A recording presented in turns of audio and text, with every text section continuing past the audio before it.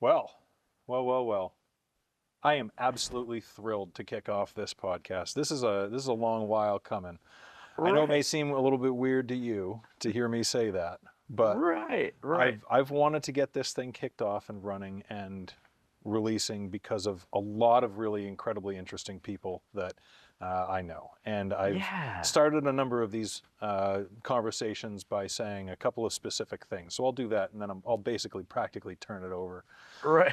Um, One is because of the weird way that I've lived the last 20 years of my life. I'm in contact with some of the most interesting people I think that exist on the planet, and I wanted to have a lot of these conversations to show everybody out there, what exists in this little weird microcosm of the Seacoast, Right. this incredible music community.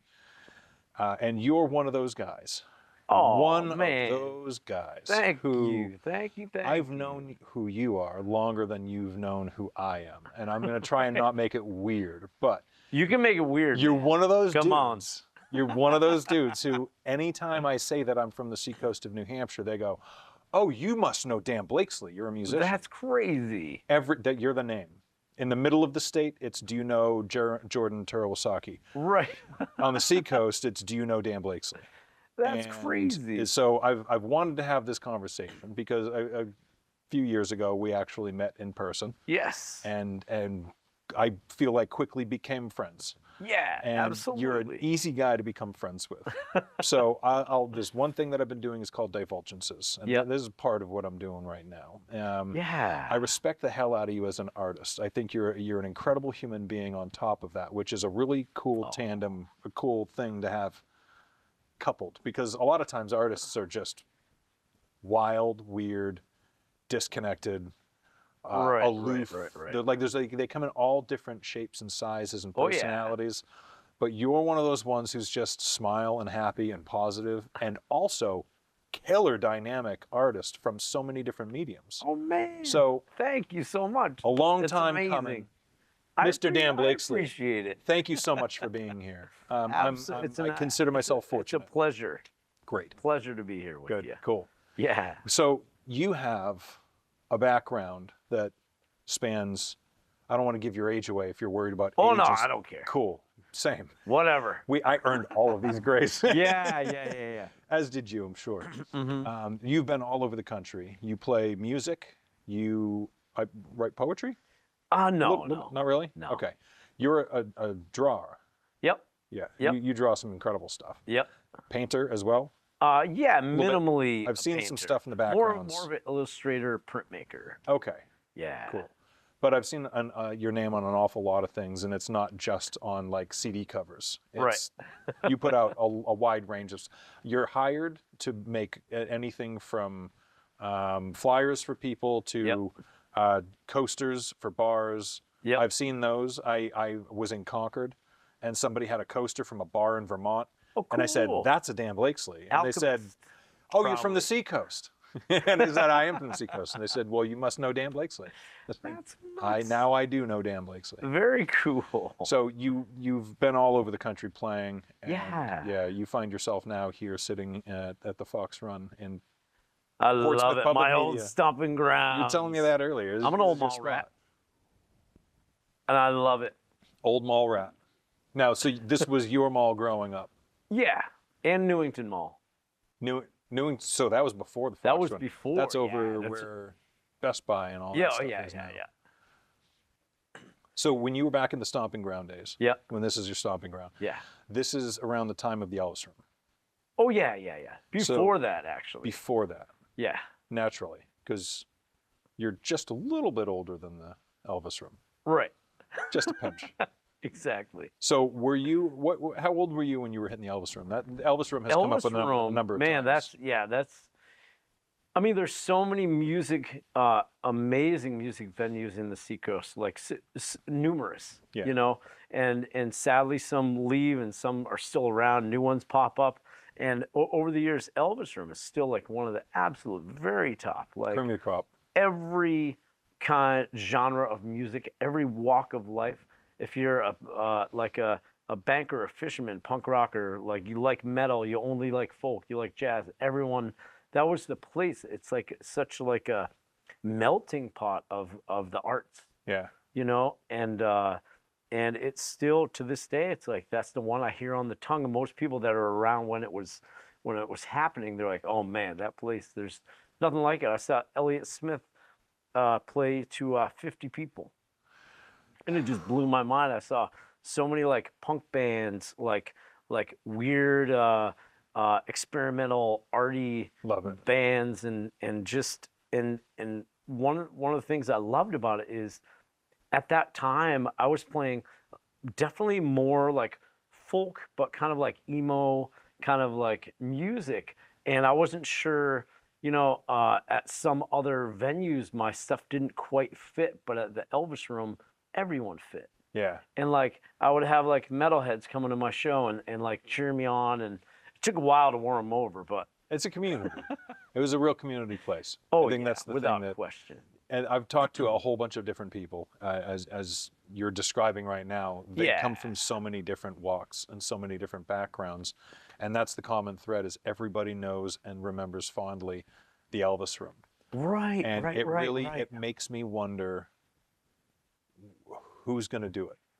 No, I know. Wouldn't Who's gonna that do be it? the most amazing thing? Because you can't recreate it, no, you can't. but you can take the same love and ethos and apply it now, because it's the area's Right. begging for it. Right. So we just kind of got to make sure that it's the right person leading the, you know, with the hand on the wheel. Right, You know, right. with the make Well, sure that it's not co-opted. Also, one of the things that was like unique about having like a cafe back then that had music and that stayed open late is that a lot of people didn't have laptops then. So there Yeah. were, I mean, there Way were fewer screens. some, but there were so many people that were like writing poetry and going around to each other's tables, sharing artwork, and like, and there was the much different vibe than nothing wrong with laptops. I use mine on tour all the time, and I need Yeah. it.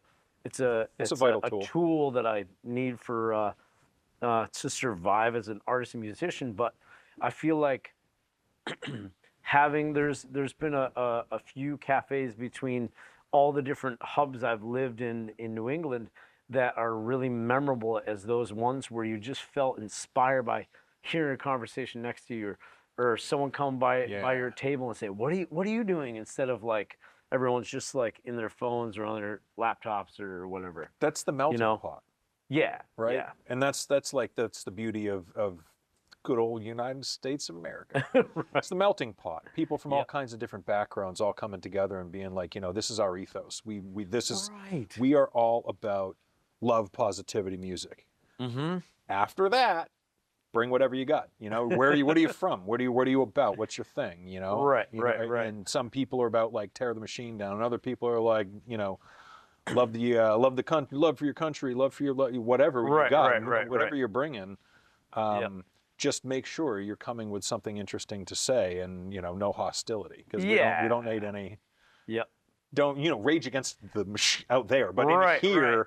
we're all good. I mean, I remember like some of the early like punk and metal shows. I would go there, go to the Elvis Room to see, and like everyone's like, you know, slam dancing. And I was doing it too, but I'm like kind of a little guy, so all my like big like metalhead friends, if someone was really like, you know, really smashing into me, they'd be like, hey, Yeah, get away from this guy. got it. You know, Yeah, I'm like, thank you. you got to maintain some pit etiquette. Right. You know, Right. I didn't need to lose any teeth. I've lost plenty in bike rides and Yeah. stuff like that. So, yeah. How many teeth have you lost? Oh, One or two knocked I out? think just a couple. Just a couple. Yeah, just a couple. Yeah. I've never noticed a tooth missing from your head. Did you get them? Did you get them all? Sorry to be inquisitive about No, your it's teeth. fine. My dad's Actually, a dentist, you know what? so I always ask. That's gonna lead into a different story because Throw it at me. I was getting ready to record an album, and I was so psyched. I'd been like busking every day and playing shows every day and making artwork just to try and come up with the funding to record this album. And the day before I went into the studio, I bit into a peanut butter cookie, and that had peanuts in it, whole peanuts, and it broke my tooth, and my tooth fell out. And I was like, peanut? how the heck am I going to record this album? Number one, I can't sing because I have a whistle. play it. And number two, oh my God, it's gonna cost me so much money to get the tooth fixed. to like get the tooth fixed. So I went to this amazing dentist in Boston that I became friends with, and she's the kind of person. Her name is Gina Terenzi, and she is an absolute gem. And shout out to Gina. She is like she treats me like family. And I remember at one point I couldn't afford like some dental things, and she's like, write some songs for my dental school and perform them on graduation day. I'm like, heck yeah. That's awesome. So we do a little barter. But this one in particular, I did an emergency, like went down to Boston to see her, and I said, Gina, I'm supposed to record an album tomorrow. I don't know what I'm going to do, like this and that. And she said, you know what? I've never made a false tooth like that you can pop in, but I'm going to figure it out. And then by the end of the day, she made one for me, so I was able to sing. And she's like, pay me when you can. And just the most amazing, kind-hearted thing. And then I dedicated my album to her. That's perfect. Yep. That's really Gina cool. Terenzi, DDS. Shout out to Gina Terenzi, DDS. Everybody in the Boston area or surrounding areas, go to her. Yeah, that's really cool. My dad was a dentist. He's since retired, and he had a guy who makes the implants and stuff. Right. And which is a whole other art that I didn't even think about. Different than you go to an oral surgeon for that, not a dentist. Yes. Generally. DDS is what my dad was, so Doctor of Dental Surgery. So what he did was like implants and bridges, crowns, like the more advanced stuff. He then had hygienists who did all the cleanings and stuff like that. But if there was an issue, a big issue that needed dealing with, they would go down the hall, and he was down there. Right. But he treated a handful of my friends really, really well. And there's an ethos in the certain circle of dentists. Not all of them are like that, but when you find one, they have this thing where they're like, the most important thing is oral hygiene. It's the beginning of the entire health system within the body. System. Absolutely. It's critical that everybody has a healthy mouth. So it will set off a cascade of health problems. So even if you can't get in here, get in here, let's figure it out, and then plan, over the next year to pay me back a little bit. Right. Even if you don't have insurance. And that was one of the cool things that he did. With every now and then, just barter. Somebody needs a huge amount of reconstruction. Right. It's like it's either that or this person is going to die 10 years earlier than they otherwise would, because it's just going to cascade. So help everybody. That was kind of from an early age. That's really cool to hear that you had another one of those. Right. Shout out Gina. Well done. Good human. Exactly. So you got that album done. How many albums do you have? I have, including some EPs, 11 right now. And I've the beginnings of making a new album, but not quite there yet.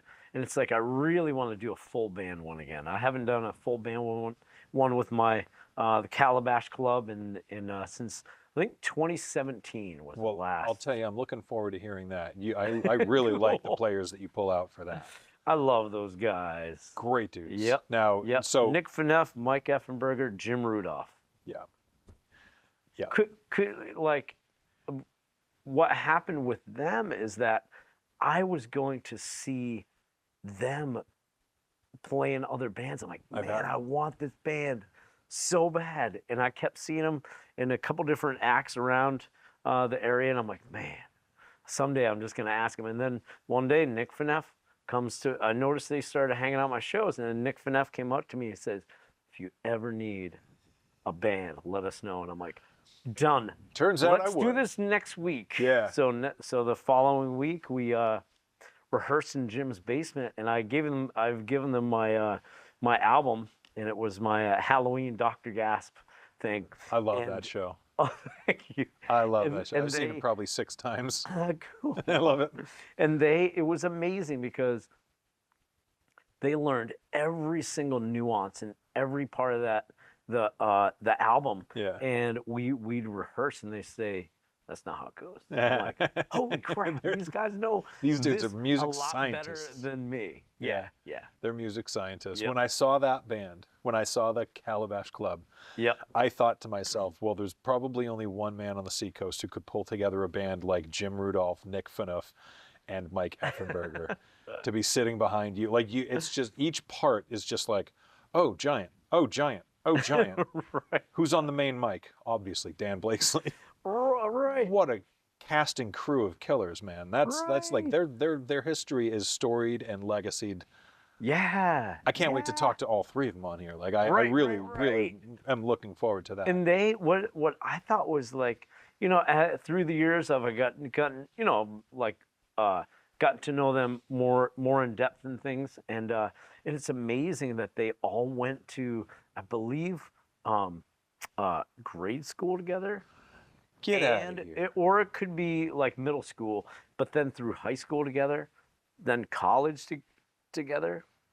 Then they worked at the same. Then went to UNH. Then they worked at the same music school in Portsmouth together, and it's like so they've been doing this as either like a band or just hanging out and playing music together since they were kids. Huh. You know, and it's like just floors me that when I'm at rehearsal, Nick can go to Jim and he'll be like, "Oh, you mean?" Oh, that thing, yeah. You know, and yeah, I'm like, yeah, that's a perfect place for that. it really like blows my mind. I have so much love and admiration for those guys. I feel very lucky. Yeah. They're in my life. Oh, I would too if I knew how to write songs like you did. I would hope they'd be my band. Yeah, what a killer crew. Cool. And same thing, man. But I'm not a songwriter like you are. So I've been going to their shows forever. When the Barley Pub was in its old location in Dover. Yeah, classic spot. Yep. I moved back up from New York in 2004, and from 2004 to 7 I was in Portsmouth. Yep. And then I bailed out of Portsmouth for Dover. Yep. Because all of the other artists were. Right. And it was too expensive to live in Portsmouth anymore. Yep. Plus, everybody had left. Yeah. So I went up to Dover and started going down to the Barley Pub. On Sundays, they did afternoon jazz. Yes. And sometimes there were a bunch of people hanging out, and sometimes it was me sitting 10 feet away from them all. Right. Trying not to be awkward.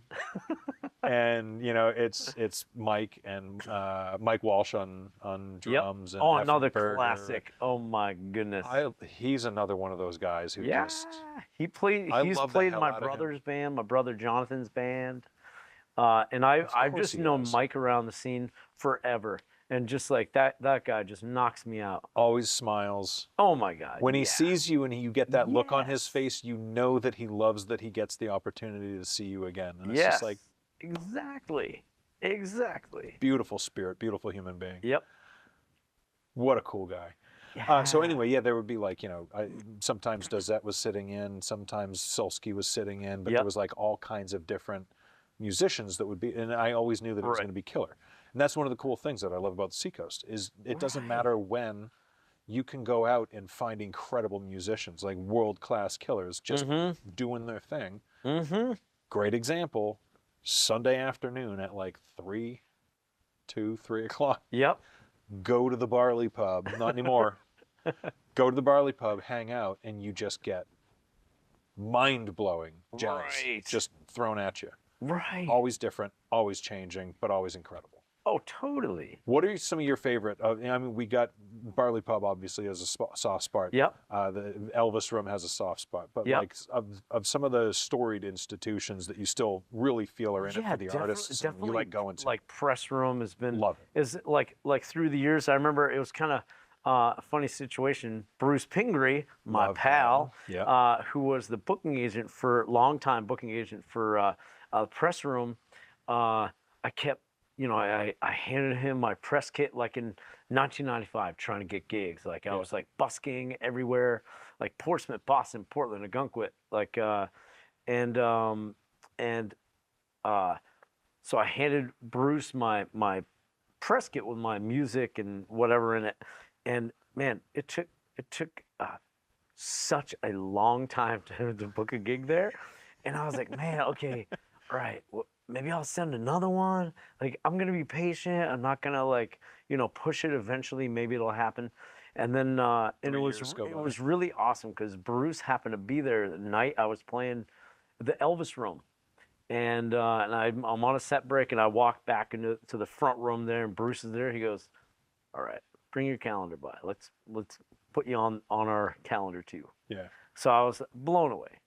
Yeah. That's a good way to do it. Mm-hmm. That and open mics, but you got to play around. Oh, I was playing open mics like crazy. It's a good thing to do. Every single, and that's why I tell people that are just starting out. It's like, you can't, I mean, you need to like build your, oh my God, like a following. Yeah. And one of the best ways to do that is go to a place like Stone Church open mic that's like on Sundays, Sunday or night. Dave Ogden. It's super good. Yeah. Right? And it's Thursday like, night at Earth Eagle, same Dave Ogden. Right. And it's like, I still love going to open mic because you never know what you're going to see. I've seen some of my favorite acts at open mic. Actually, do you know Elsa Cross? Oh yeah. Oh my God, powerhouse. Powerhouse And is one way of putting it. she was dating a guy in my building in Portsmouth, and so I'd always see her around and everything when I was living in Portsmouth, and had no idea she did music, none. One day she comes down to play the open mic, and I thought she was just sitting down to like hang out. She goes, "Oh, I want to put my name on the list." I'm like, "Oh, I didn't know you played music." Yeah. And it floored everyone in that room. And she said to me, hopefully I'll remember it correctly, that she didn't want to just show up and not know what she was doing and like, oh, I forgot this chord or whatever. She rehearsed for like half a year to like come in, and as soon as she hits the ground, bam, it's Crush on. it. And she totally brought the house down. That's awesome. And so it's like, you never know what you're gonna find. Yeah. On a night. I've told this before, but I don't know if you know of this, but I was the house drummer at the Chit Chat Lounge down in Haverhill with Bob Beal. I love. What a blast of a time we had. What a good human that guy is. A gem. As our friends to the north would say, Dang. he's a real beaut. Oh yeah, he's a good dude. So he was running the open mic, and he kept. I was working at Daddy's Funky Music, and he kept asking me, "Come down, come hang out." And it took a while, but finally I was like, "All right, I'll come down. I'll bring my drum set, like big." So I brought it down.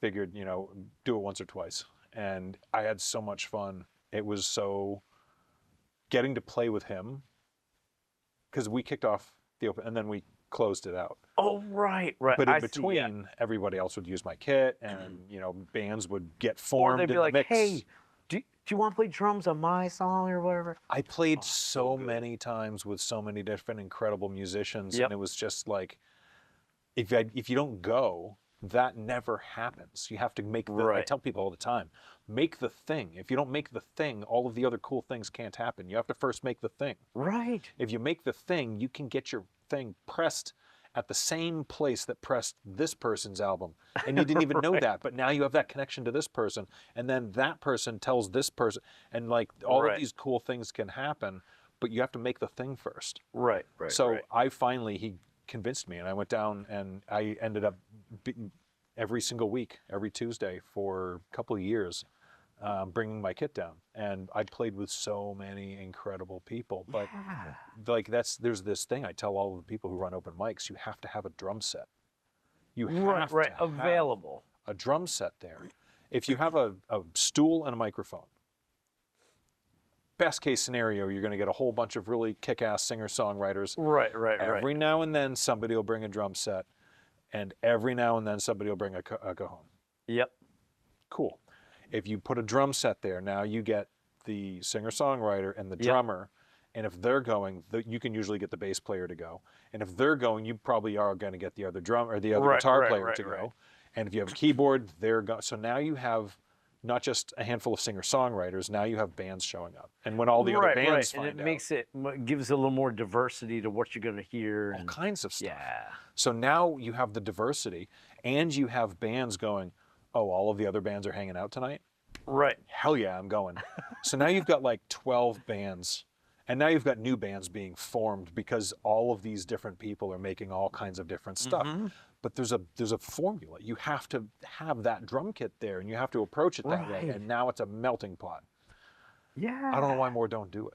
Well, I remember Tim Terrio was doing an open mic, and I don't know if he's doing one now, but he would also bring bass, guitar, drums, and he could play all those instruments, you know. And as you know, what an absolute powerhouse that guy is. Dude's a beast. He's a freak it's like beast. it makes jaws drop instantly.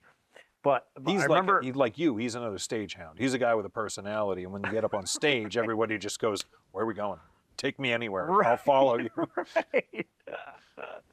And I remember, yeah, I was hanging out at the open mic over near the old Pick and Pay in Portsmouth. I can't remember what that venue was called behind that. Anyway.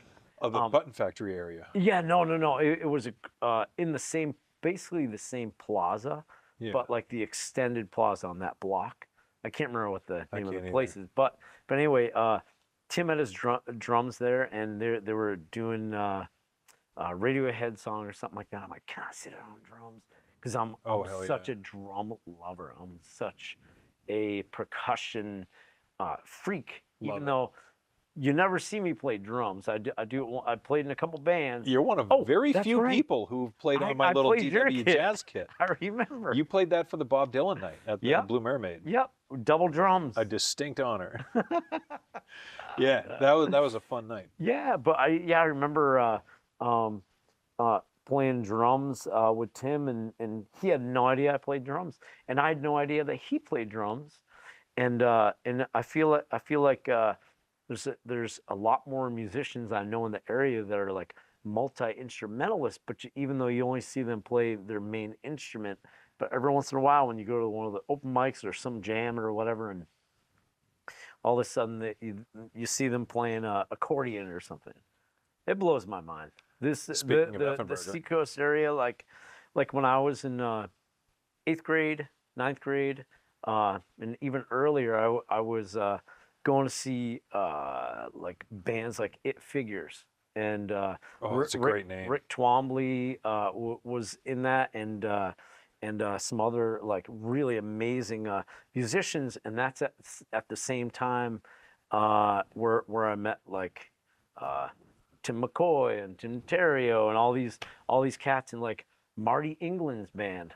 Back when I was in 8th grade, I went to a house party in Portsmouth that I probably shouldn't have been at, but I went anyway because I was walking by and I heard music, and I'm like, who the hell is this? I'm going in there. Yeah, and I feel... Was it McCoy? No, it was Marty England. Marty England. Yeah. So is this prior to Pondering Judd? It was before Pondering Judd. What was the name of this band? Bridges... darn it! Bridges of North Berwick County. I can't remember something like that. No, but I was just I'm always like it feels so good when I'm playing a show and I see that crew come in to hang out and watch me. I'm like, oh my goodness, you guys are my heroes, you know.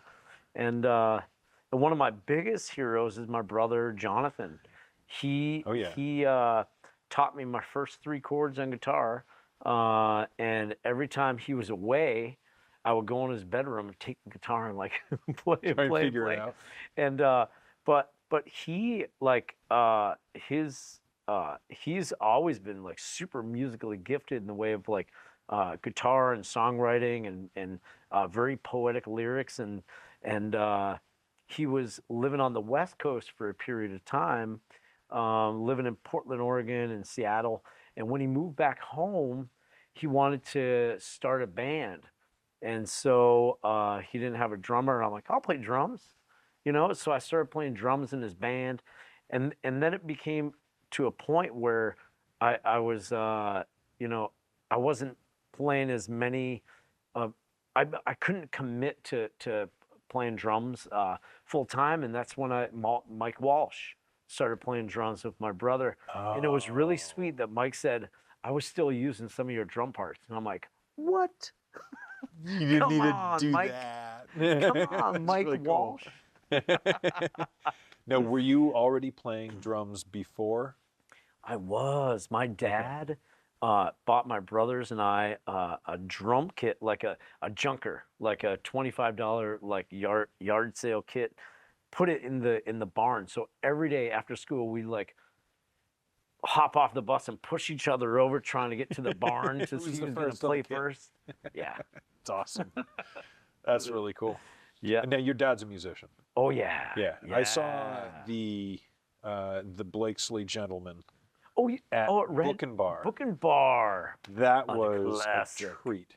That was a real treat. Wow. That was really. I'm glad I got to see that. Heck I yeah. have what I'm sure you have, and so many in the area have. It's called The Curse of the Musician Music Fan.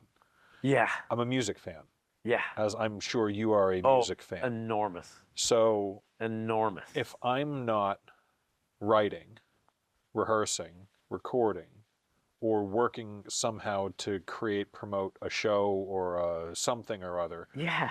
I'm dying to get to a show. Yep. But there's Same always here. a friend's show going on during the same time that all these things are Yes. happening, and I miss so much stuff. But every now and then, there's one where I'm like, put it on the calendar. I don't care what comes up. I'll change the surgery. Like, it doesn't matter. It's not happening. That was one of those ones. I saw the That's Blakeslee Gentleman be playing, amazing. and it was. You guys did not disappoint. There was not a dry eye in the house at two different points in the show. Like, Very everybody was having a cool. great time, and My- everybody. I think everybody in the moment got the gravity of what they were watching, and it was really cool. My dad has always been a huge inspiration. When I was a little kid, like he was always playing in bands and playing piano, mostly like jazz piano and an accordion, but also played drums and bass and trumpet and guitar. Like multi-instrumentalist, though his focus was everything key related mainly. But I remember like almost every weekend he was working at the shipyard in Kittery as an electrical engineer, and then and on the weekends he'd be playing with his band, and they'd be playing all kinds of different places around New England, and I'd always hear him come back home at like 1 or 2 in the morning, pulling in his Fender Rhodes, like Oh, a gigantic, yeah, enormous yeah. For 88, anybody, 88 key. for anybody that Fender isn't Rhodes. familiar with the Fender Rhodes, it is a staple on stages, but Yeah. it's not the lightest instrument No, ever made. it's not. Now, did he have? So it was a Fender Rhodes that he was running. So Yep, he probably and the had like speaker. a deluxe. Yep. I Is think that so. what he was running, or? I'm not sure. Yeah, the speaker that went under it. I think yeah. I mean, it was I don't know if it was what exact speaker it was, but it's Yeah. the one that sort of like came as the unit together. Yeah, Yeah. there were a couple of them that came through Daddy's. One of Yeah. them came. It was really well cared for. Yeah. But the question mark on all of the gear that came through that place was how bad does it reek? Oh Can- right, the can- smoke. Yeah. Oh my God. That was wow! Did things change when smoking was no longer allowed in Right. bars and stuff? Thank- Some of the gear would Thank goodness. Oh my God. some of the gear would come in. It was just like, man, we can't sell this. It's not going to work. Right. Just get rid of it, throw it away, man. There's almost tar all over the outside of it. It's disgusting. I can spend Right. I can spend the rest of the week trying to clean this thing so that Yep. it's presentable, but Yep. that's going to cost money. So I can give you $8. Keep it. Right. Keep it. Put it in your barn, man. Yep. Yep. But yeah, that was a big piano. That was a heavy one, Yeah. but worth it. My God, Oh yeah. so worth it. Yeah. I mean, they can model pretty close now, but Right. you get 1,100. I have an RD 2000, and there's 1,100 different voicings in it, and they're Wow. Yeah. pretty good. Yep. Yep. But for the time, 70s, there was nothing like the sound of a Fender Rhodes. Oh yeah. Without question. It's like a Hammond B3. Yep. With a Leslie. Right. Commitment, You can't but worth it. commit. Speaking of commitment, and speaking of the absolute living legend Tim McCoy, Yeah. that guy commits to the I SVT know, stack. I know. Oh my God. Man. You can tell the true old school ballers. They roll in with an SVT cab Yep. and they set on top of it a, Ampeg head. And he's that dude. Still doing it. You know who else is Paul Jarvis? Oh my God, without question. Paul Oh yeah. Jarvis. Oh yeah. So many different wizard-esque now, but Yep. I mean, I almost said Yep. Slipknot, not Slipknot. No, Scissor scissor fight. fight. He, have you seen the what he built onto his SVT cab? No. He must be a metal fabricator of some kind, because he can roll it back, kick it onto, like, it's got this like I've frame seen that's that. connected to it, and I've wheels seen and everything. So someone recently in Portland, their B3, it's like they bolted like wheels to it so they can, it's so much easier. Oh, it's way easier. Yeah. So good. Such a good idea. Yeah, the equivalent to that in drums is when I graduated to actually having enough money to buy bags for my drums. Right. And hopefully lighter hardware. Oh my, not yet.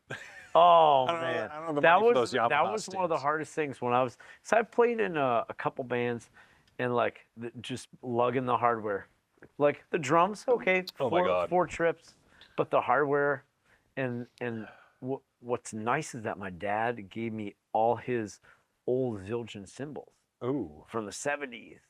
So I was so Oh, hot psyched. damn. My dad sort of like, he was playing drums in a country band, like when I was a kid, and eventually he kind of like sold the drums, and but he gave me the cymbals because he knew that I had I had gotten a junker kit somewhere, and I didn't have cymbals, and it's so nice. Now, I don't want to tell you how to do your job, but you just spat out an incredible lyric. Right. My dad was playing drums in a country band. this is Use it. very true. This is very true. He told me about this one gig that he was playing, some roadhouse in Mill, New Hampshire, and he said it was very much like the Blues Brothers, like Chicken Wire The kind of chicken vibe, wire. where there was a guy that was about 280 pounds swinging from a wagon wheel chandelier in the club, and he's like, "Oh my God." It's going to be wild in here It's tonight. crazy. Just Yeah. people let loose. Yep. Yeah, I don't know if a lot of people outside of the area realize. I mean, some do. Their stories have been written about it now, but Yeah. the amount of drinking that happens up in New England, Right. it seems normal to us. Right. And I went outside of the area, and people were like, "You guys like to drink up there?" I was like, "What? Yeah, good. Sure. People drink, there's bars and stuff. People drink everywhere. I don't know Right, what you're talking right. about." I moved to New York. I was there for a few years. And if you Right. want to know where people drink, it's New York. That's like, I didn't, I was, so over like first 3 years, Yeah. I'm keeping pace with friends that are there, and I came back up for a friend's dad's funeral, Yeah. and he's an alcoholic. Right. Right. All the friends, we all went out to a bar afterwards, after the services and everything. Right. Right. And 4 hours later, friends are sleep under the under the pool table, Right. passed out on the other side of the room. He and I are sitting at the bar, still going, just sipping, and we're looking all around like, God, everybody's toast. I guess we should get out of here, get everybody, loaded into the Suburban, Right. Right. head back and, wrap this night up. But I was fine. I was, it was 4 hours, so it's like it's burning through. Right. Right. Totally fine, got everybody home, Yep. just without any issue. And it was after that I realized I might need to slow down. I really might need to slow down, because I just kept Yeah. pace with All these people, and you're My buddy still Scotty doing over fine.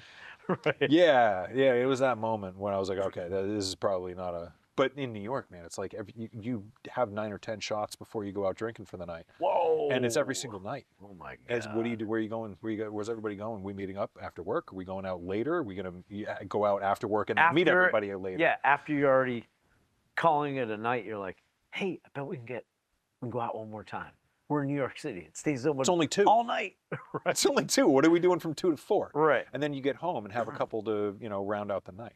Yeah. But it's like a half a bottle to a bottle of alcohol over the course of the night. There's only so long you can do that. I can only drink 2 sodas a night.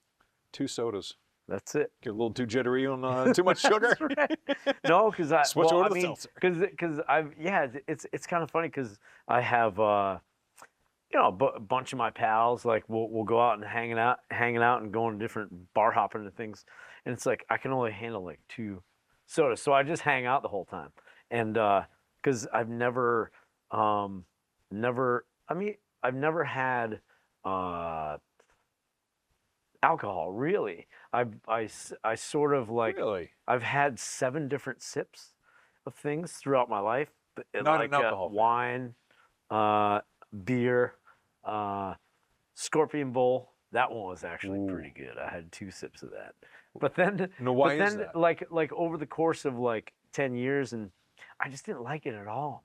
Like every time I had, it, I was like, I don't like the feeling that it sort of like cascades Creeps down your on you. throat and kind of like, and sort of, I don't know, for whatever reason, I just didn't like it. So I've been like sticking on this thing, and not drinking. And people always ask me, they go, are your parents alcoholics or something like that? I'm like, no, Some people just I've decide just no. never, had it. And it's kind of funny that I do art for beer labels, and I get free beer, and I give it to my family, my friends, and they're psyched. Yeah. But for whatever reason, I've never like had a drink before. Yeah, so it's That's kind of wild. I know. That's wild. I didn't drink until my 21st birthday. Wow, I was told holy all smokes, growing up. That's I amazing. was told all growing up that I was allergic to alcohol. And on my 21st, I That was is like, incredible. I'm not going to live the rest of my life on eggshells. I'm going to have a drink or two if I die early. I'm here for a good time, not a long time. Right. So that's just been basically the way that I live. And Right. so I had some and I didn't die. And And you're like, hey. I didn't break out in cancer. So like I just kept going. But Right. I got a piece of advice along the way. And I don't know if somebody said it to me or if I heard it and it stuck. Yeah. Anytime I hear something that's really good, I'm like, ooh, tuck that one away. Oh yeah. Like generally, it's not until your 40s that you realize there's no adults on the planet. There's just different kids at different ages. Right. When you hear all of the 60-year-olds stop swearing because an 85-year-old walked in the room, you're like, oh, I get it. I see what's happening here. No, but this one there's an age. You don't know when it is. It's different for everybody, but there's an age where you go from being a party animal to a problem drinker. Right. And if you go over that line, there's no coming back. And it's not an easy life. It can get really hard, or it can be, it can require a lot of diligence on your part to make sure it's not just a continuous shit show. But typically, if you can dial it way, way back, or just stop completely before that age, you're good.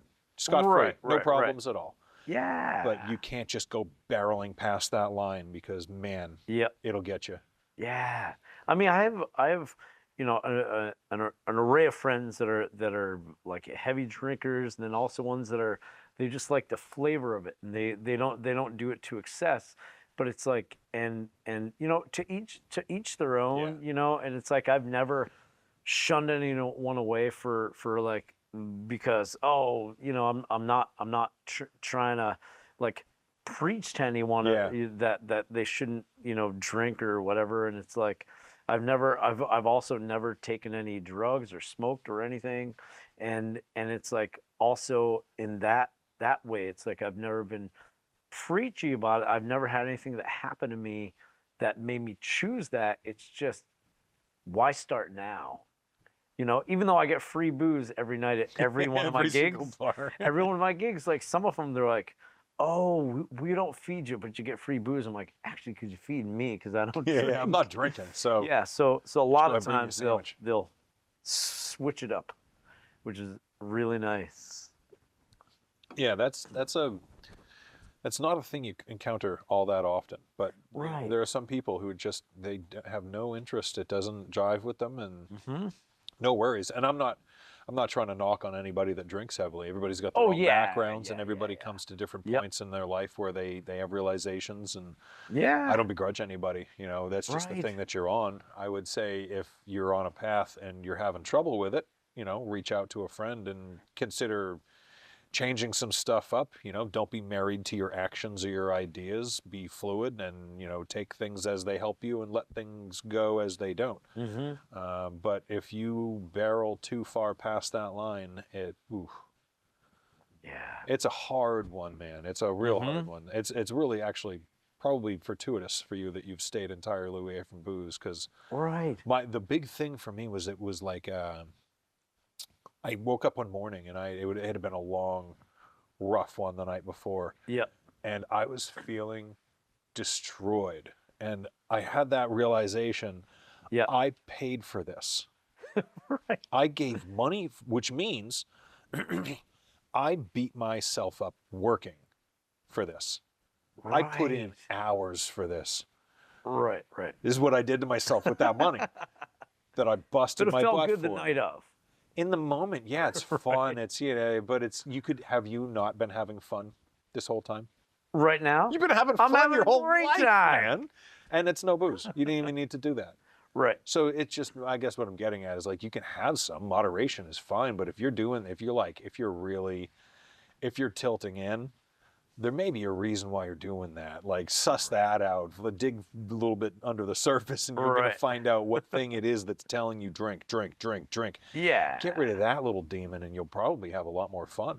And you won't even need to be drinking. Let alone paying for it. Yeah, that's a tricky one. I mean, it's steep enough paying for a cup of coffee, but it's like, oh my God, dude. I enjoy a cup so much that it's like, we were talking earlier how, the price of everything is going up, but here I am. It's like, I'm an artist. I'm going to sit in your cafe and take up some space for a while. So it's like, yeah, if the coffee's like $3.50 or whatever, it's like, that's the price it is. It's delicious. I'm very thankful. But yeah, it's like, I don't know where exactly I'm going with this, but I'll tell you what. If you're sitting in a cafe, yeah, and you're doing some drawing or writing, or you're doing whatever, and you've got a cup next to you, and maybe half of a peanut butter cookie, you're doing that cafe a favor. Unless it's Adele's, unless it's tiny, and they only have 6 seats. And by sitting here, you're kind of in the way because your feet are sticking out to the. And if it's like a Starbucks or something, they should be paying you to be sitting there, because all you're doing is you're offering authenticity. I try to bring this point to as many different artists as I talk to. If you are handing over a little bit of your authenticity, your relevance, to an establishment, they didn't earn that. You paid them for the stuff that they sell, the thing that they do, but you're simply existing there is bringing credibility to their establishment. You're not really in their way. If you open a cafe and people come in and they get coffee and leave, it always looks empty.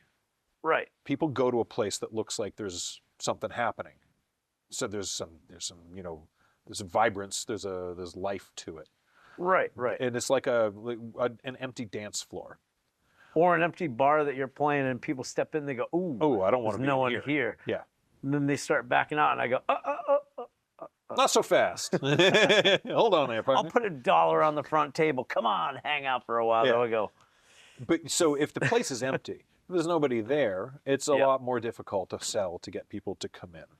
So if you're in the window and you're just sitting there and you're on your laptop or you're in your notebook or you're doing your whatever, if people are walking by and they see that, they're more likely to walk up and go into the place. Actually, speaking of that, this is a unique thing that happened at a local Seacoast venue right after the pandemic.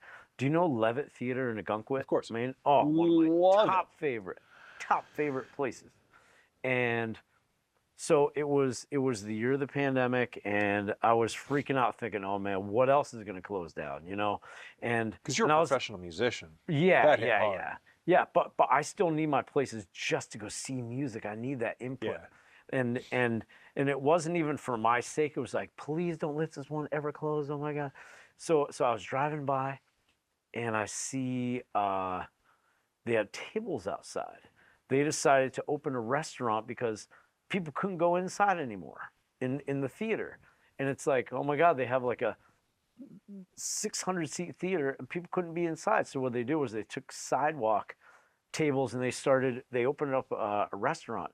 And as I was walking up, I noticed it was all the family members of Levitt Theater and friends, each at different tables.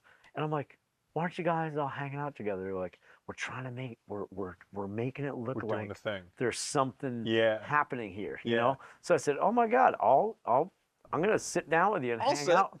So one of the things on the menu that I love there is the smash burger. Oh, yeah. It's so tasty. And so I had one and I was like, man, that's one of the best burgers I've ever had in my life. So I ordered another one and I was like, okay, I gotta walk this off. So I took a 1.5 mile walk or 2 miles, wherever, down Marginal Way along the ocean to walk off my burger, so I didn't fall asleep. And so I came back and I had another burger. Good idea. That's a solid. And then I did another walk around Marginal Way and I came back. But it was like, I mean, I know what you mean. Like they were like, man, we want to make this place look lively. Yeah. And all of a sudden now it's like, bam, there's always people there. Oh, it's always. Always. That's like one of my favorite spots to see music, hang out, see movies, like whatever. And the smash burger. I will make sure that I get one the next time I'm there. I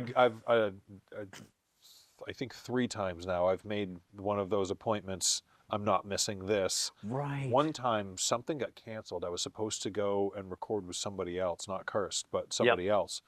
And something got moved and I was like, I have a free night. Like, this is wide open. I could do anything. Right. So I went into Seacoast Music Scene and I'm like scrolling and I'm like, who's got something going on? John Kumnick was going to be playing. Oh my God. And yeah. Tremendous human, amazing bass player. Absolutely love that guy. Gee whiz. And So I met him at a house party that I was invited to go, like, this woman asked me, can you come and just play drums? I said, yep. She said, do you have any hang-ups about improving? I said, no, that's what I do. Right. Absolutely no problem. Right. Is it going to be other musicians that are pretty good? And she kind of chuckled and went, yeah. Okay, cool. So I showed up and he was the bass player. He walks in and sets up right next to me and he goes, do you have any things that you like to do more than other things? You know, and I said, no, anything. You just throw something at me. He goes, I'll follow you wherever you want to go. I said, I'm going to like you a lot. Oh, man. So I just started doing this kind of beat and he's just yeah. It's like, oh my God, this is going to be a blast. What an amazing night. The musicians were from all over the world. This British dude jumps in and grabs the microphone. He's got a guitar. He's laying it down in a way that's like 60s, 70s Brit rock style. Yep. Hopping party. We stayed in touch afterwards.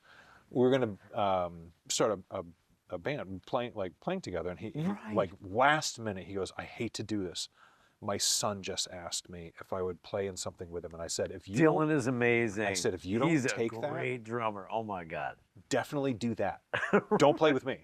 Obviously, play with your kid. Are you kidding me? The opportunity you have. Yeah.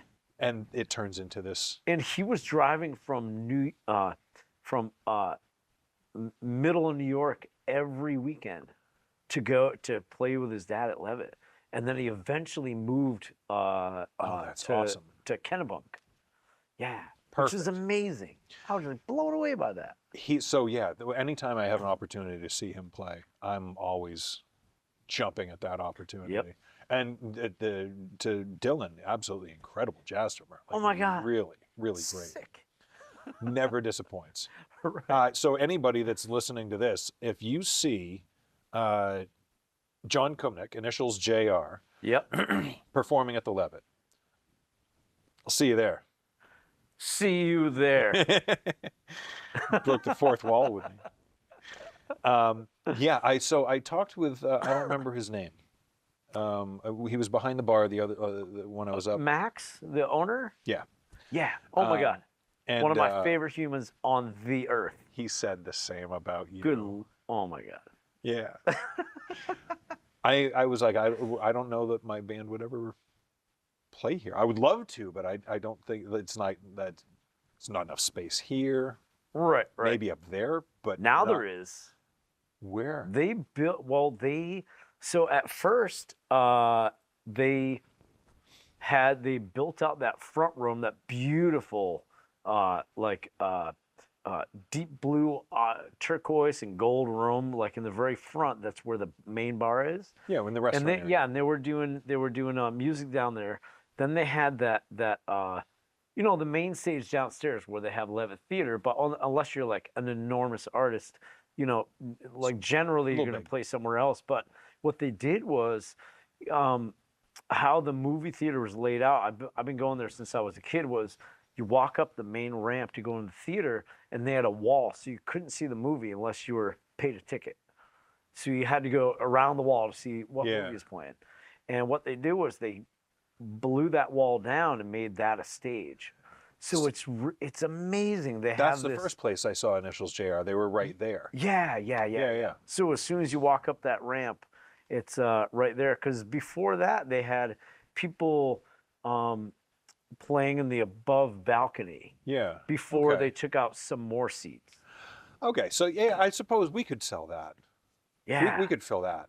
Yeah. If we were sitting right where they were playing there, but that's like a summer thing. You can't, oh yeah. So yeah, yep. I would imagine he's got a full summer of people that he's looking forward to. He's not going to throw us in there.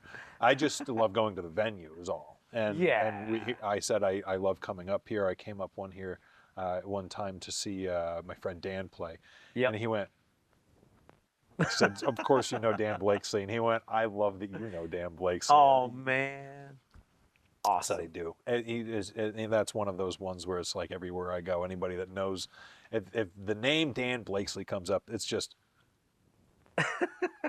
a head tilt back, a big smile comes out. Oh, I love man, that I feel lucky in that way. It's very, very, very. It's got a lot to do with the way that you've lived your life, which I think is interesting, to say the least. You live the life of an artist, an uncompromising, unyielding one, and it's really fun to watch. Not to go back to divulgences, but it's a lot of fun watching you do your thing. Cool. So, what kind of things keep you interested in churning and like exploring and making? I'm going to see other music, and that's one thing that I'm. Most people would think when I'm going to see a band that I focus on like the main songwriter or the guitar player. I'm focusing on every single thing that's happening, and I hyper focus on the percussion.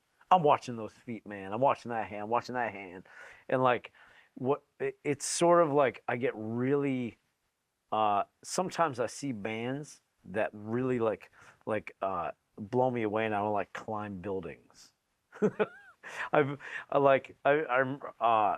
like just this past week and a half ago, I was in New Orleans with my girlfriend, and there's a band from Brattleboro, Vermont, that happened to be down there, and this friend of mine was playing in the band, playing bass, and I'd never seen the band live. They're called the Detrani Brothers, and it was one of those things where everyone. The Detrani Brothers. Yes. Okay, so I encourage everybody listening and watching this podcast.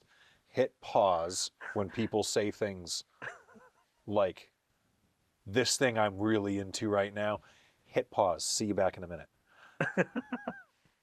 Here they are. Without these folks, taking Seacoast Entertainer to the next levels wouldn't be happening. Not to this scale. Tangram 3DS actively supports our music and arts scene and has proudly been part of it for the last 20 years. Their creative pros bring vision to life with everything from 3D renderings and VR to video, animation, web design, and branding. As a team of artists living and working on the Seacoast, Tangram considers a thriving local culture essential to us all for the connections we make, communities we build, and creativity we foster. Visit tangram3ds.com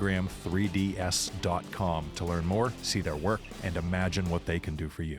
So welcome back, everybody. Yes, good to see you again. The Detrani Brothers. You're seeing them down in New Orleans. Detrani Brothers. Yeah, okay. Saw them in New Orleans, and saw them a couple times there, and they were playing this. They were supposed to play a backyard venue or someone's home or something, and it was a downpour. So what they did was they moved it under a bridge. In the background is a train yard, and so you see the trains moving back and forth like as they're playing, and like the lightning's coming down and the rain. And this band was one of the most explosive bands, like gypsy folk gutter punk Americana, just So absolutely like in the vein of Gogol Bordello, kind of. yes, Hell yeah. yep. Now, And speaking just every single musician, I couldn't just focus on one of them. They're all so good at their instruments, and all of them together, it was just so brilliant. But I was like watching like a drummer with a stripped down kit. I'm like, man, I can't believe the sound that's coming out of that from just these, minimal thing. And also another drummer that I saw a number of years ago that sometimes sits in with me, Scott Matthew Pittman. He was living in Lowell, Massachusetts for a long time, and now lives in Providence. But I remember seeing him at the Plowing Stars. Like I just randomly walked in there one night, and I was seeing this drummer play. He was playing the kit, hitting like the crash cymbal, taking it off and putting it under his arm to mute it, and putting it back on, and doing all this wild stuff, and like a wooden crank down here, and like not necessarily trying to be super like old timey, but it was like the most unique, like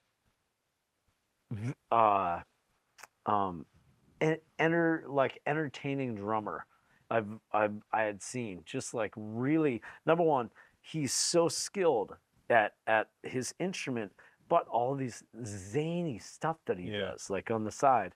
And one time, we play a number of gigs throughout the year, and I remember every single time we do a Dr. Gasp, my Halloween sideshow thing, he pulls out something unique. And like last year, a couple of years ago, we were playing in Providence, and and he's run a little late to the gig, not super late by any means, but he's like hurriedly loading in, and he's loading in cardboard, giant things of cardboard, stuff painted on it. I'm like, hey, what are you doing? What are you doing? What He do you goes, got? you'll see. And I'm like, okay. What he did was It's my show, man. he built Tell me. a cardboard haunted house around his drum set, so you couldn't see him at all. It was a haunted house rocking back and forth, but him playing drums inside the box. That's incredible. Scott Matthew Pittman, That's really cool. a gem. I don't know Scott Matthew Pittman. That's really cool. He's also, this is a unique thing that might give you a chuckle. So he's been playing drums for ages, like probably since his teens, and but every time he plays, like say some summer festival, and everyone's passed around, after the festival ends, the campfire's going, everyone's passed around an instrument, everyone's like swapping songs, and so someone just like passes right by him, and he's like, oh. But they don't know he's also a singer-songwriter. Okay. And so for years he's kept this sort of like in the on the down low, that he's been recording songs and everything. So a couple years ago, he came out with a 96 song album, and it's his debut 30-year retrospective 96 song album. Oh my God, that's brilliant. It is epic. And he even has, in between each song, he has these little interlude tracks that are as brilliant as the songs themselves. It's just like oh, I wild. love it. That's so cool. One more story about Scott. Yeah, probably right up. So every year around Christmas time, he would take a picture of himself as a drummer boy, dress up like a drummer boy, and like send postcards out to friends. and then he would do it the next year, and eventually even people that didn't really know him that well, like, hey, can I get one of Get those? your card? So eventually he had this mailing list, and he kept it going for 20 years. And then on the year 20, he stopped it. And people go, hey, man, what gives? Are you not going to put that out anymore? He goes, no. Does anyone have all 20 cards from all the years? And some people said yes. And he goes, it's a riddle. A 20-year riddle. And the album, the 96-song album, is also a riddle. Oh my God, what a and madman. time signatures and the words, yeah. What a madman. That's I incredible. love that guy. How cool. Yeah. That's layers. That's the thing that really. That's the thing about some of the musicians that I'm friends with is they do things that make you go, what? Right. Like that. I don't know that dude. Right. But I hope to eventually someday, because that's some wild shit. That's something that's just way outside. Yep. That like you. Some of my favorite bands, some of my favorite creators. Yeah. Regardless. Yep. If you know where and how to dig, you can find things that they've woven into the music or into their paintings or their art, one way or another. Yep. It's not a new thing. Painters have been doing it for eons. Right. Sculptors also. You never, realize exactly how that sculptor got so good until you realize that all of the hands kind of look like the back of their own hand. Right. And they're kind of like. So you can find little Easter eggs, kind of. Right. Filmmakers do it a lot also. That's what I did for the Hetty Topper label, actually. It was my first year growing a beard, and I'm going to back up. I was sitting at a cafe in Burlington, Vermont, As you making one of my show posters. I had a bunch of gigs coming up, and the owner of The Alchemist, and they hadn't opened yet. Or maybe they just opened, but they're getting ready to release their first beer or something. The owner was sitting there for a couple hours, and he goes, man, came up to me, would you ever want to draw a beer label? I'm like, heck yeah, man, that'd be amazing. And so he said, I want a drawing of a guy drinking the beer and his skull ripping open and hops going everywhere, make it really graphic. So I made it like an atomic bomb is splitting and pieces of brain and stuff are going everywhere. He goes, let's dial it back.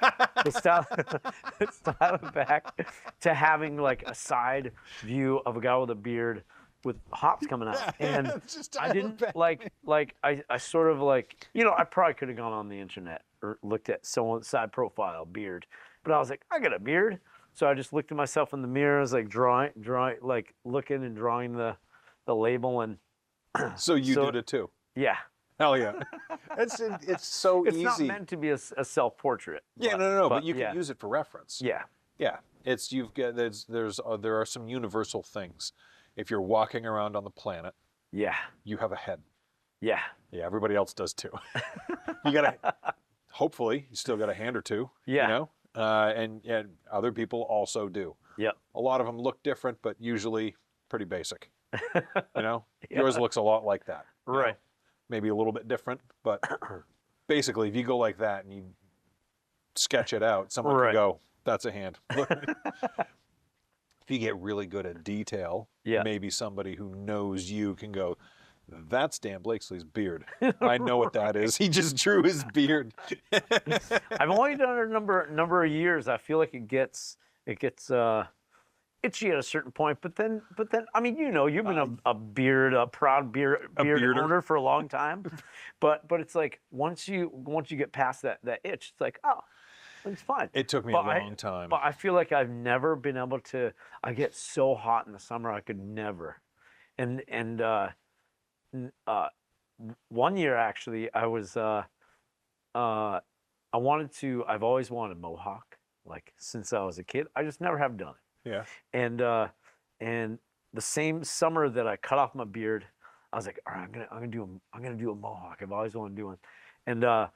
And so I start, because I've been cutting my hair since high school, so I had the razor, but I started up here instead of down here. You like do a mohawk, you got to start here, and they see how wide you want it eventually. Yeah. But I made it. It was this Real thin. wispy, puny mohawk. It was so terrible. So I shaved it off, and it was so weird because like people were like, "Who's that?" Because they've never seen me without my dippity, like my Updo. you know, my updo, Yeah. and without like facial hair, because I had basically shaved off this and this. Yeah, that's a trip. Yeah. It's been a number of years. My thing was I couldn't have any. I didn't like mustache Right. because it gets in my mouth. And Yeah. It's tickling my nose, and then down here on the neck, like it. Oh, it's just itchy, and I didn't like it. And then the summers are murder. I don't remember what it was, but I grew a beard for something. It was the first time I grew one was No Shavember. We always would do the thing at the Chit Chat. Yep. Where for November we just wouldn't shave, and then we would do the shave it off at the donation drive or whatever. Right. Amazing. And then I did that a couple years in a row, and then I was like, oh, it's not so bad as long as it's colder weather. And then one year I just didn't shave it. And I think it was the next year I didn't go down. I wasn't doing the Chit Chat anymore. I was too busy, so I just kept going. And I shaved it off come like June. Right. Get out of here. The temperature's over 60 degrees. I don't want a beard. And then one year I just didn't shave it during that summer. Yeah. And the winter came around again, and I had a big long beard. You're like, may as well keep it now. And the winter was there, so I just left it. And I'm outside doing the New England Mail thing where I'm like just shoveling. Right. And I was like, it feels like there's a cocoon of warmth around my face. And I went, oh, okay. So if I'm going to live in New England, it really helps to have a beard during the winter. Yep. Man, does it help. Same with the guys in my band. They got Jim Rudolph and Mike Effenberger just have wizard beards. Can we pause just for a moment and talk about, yes, they are, it's almost like they've gone past wizardly. Right. It's, what's the next stage after wizardly? Mike tucks us in when he plays accordion. He goes, yeah, you kind of have to. Tuck it into the shirt. You don't want it stuck in the bellows. Tickle the belly button a little bit. Yeah, they have masterpieces of beards, beautifully groomed. I was telling somebody the other day, it's one of those things where like before the beard became a big thing, it was almost a flex. It was like, what do you do? You're not in anything customer facing. I know that. Right. You don't have a boss who's like, ship up or shape out. Shape up or ship out. Oh, like, yeah. So if you had a long beard, it meant I am 100% independent and self-sustaining. I pay all of my bills in some other kind of a way. There's nobody above me. It was kind of like the old Chinese thing where they had like the really long fingernails, and it meant like I don't have to work. Right. I just grow out my fingernails. It's a status thing. And those two dudes, they back before the beards became a big thing, they had like just masterpieces of beards. And they walk into a room and it's like, oh, I'm not going anywhere for probably 2-3 hours. Whatever they're doing, I want to see this. Yeah. And then naturally they start playing, and it's like, I made the right call. I'll be here until they're done doing that. Yeah. So take me through some of your, I don't want to exclude people, and I don't mean to put you on the spot. Oh, yeah. If you don't name every single musician who's incredible and means something to you, don't feel bad.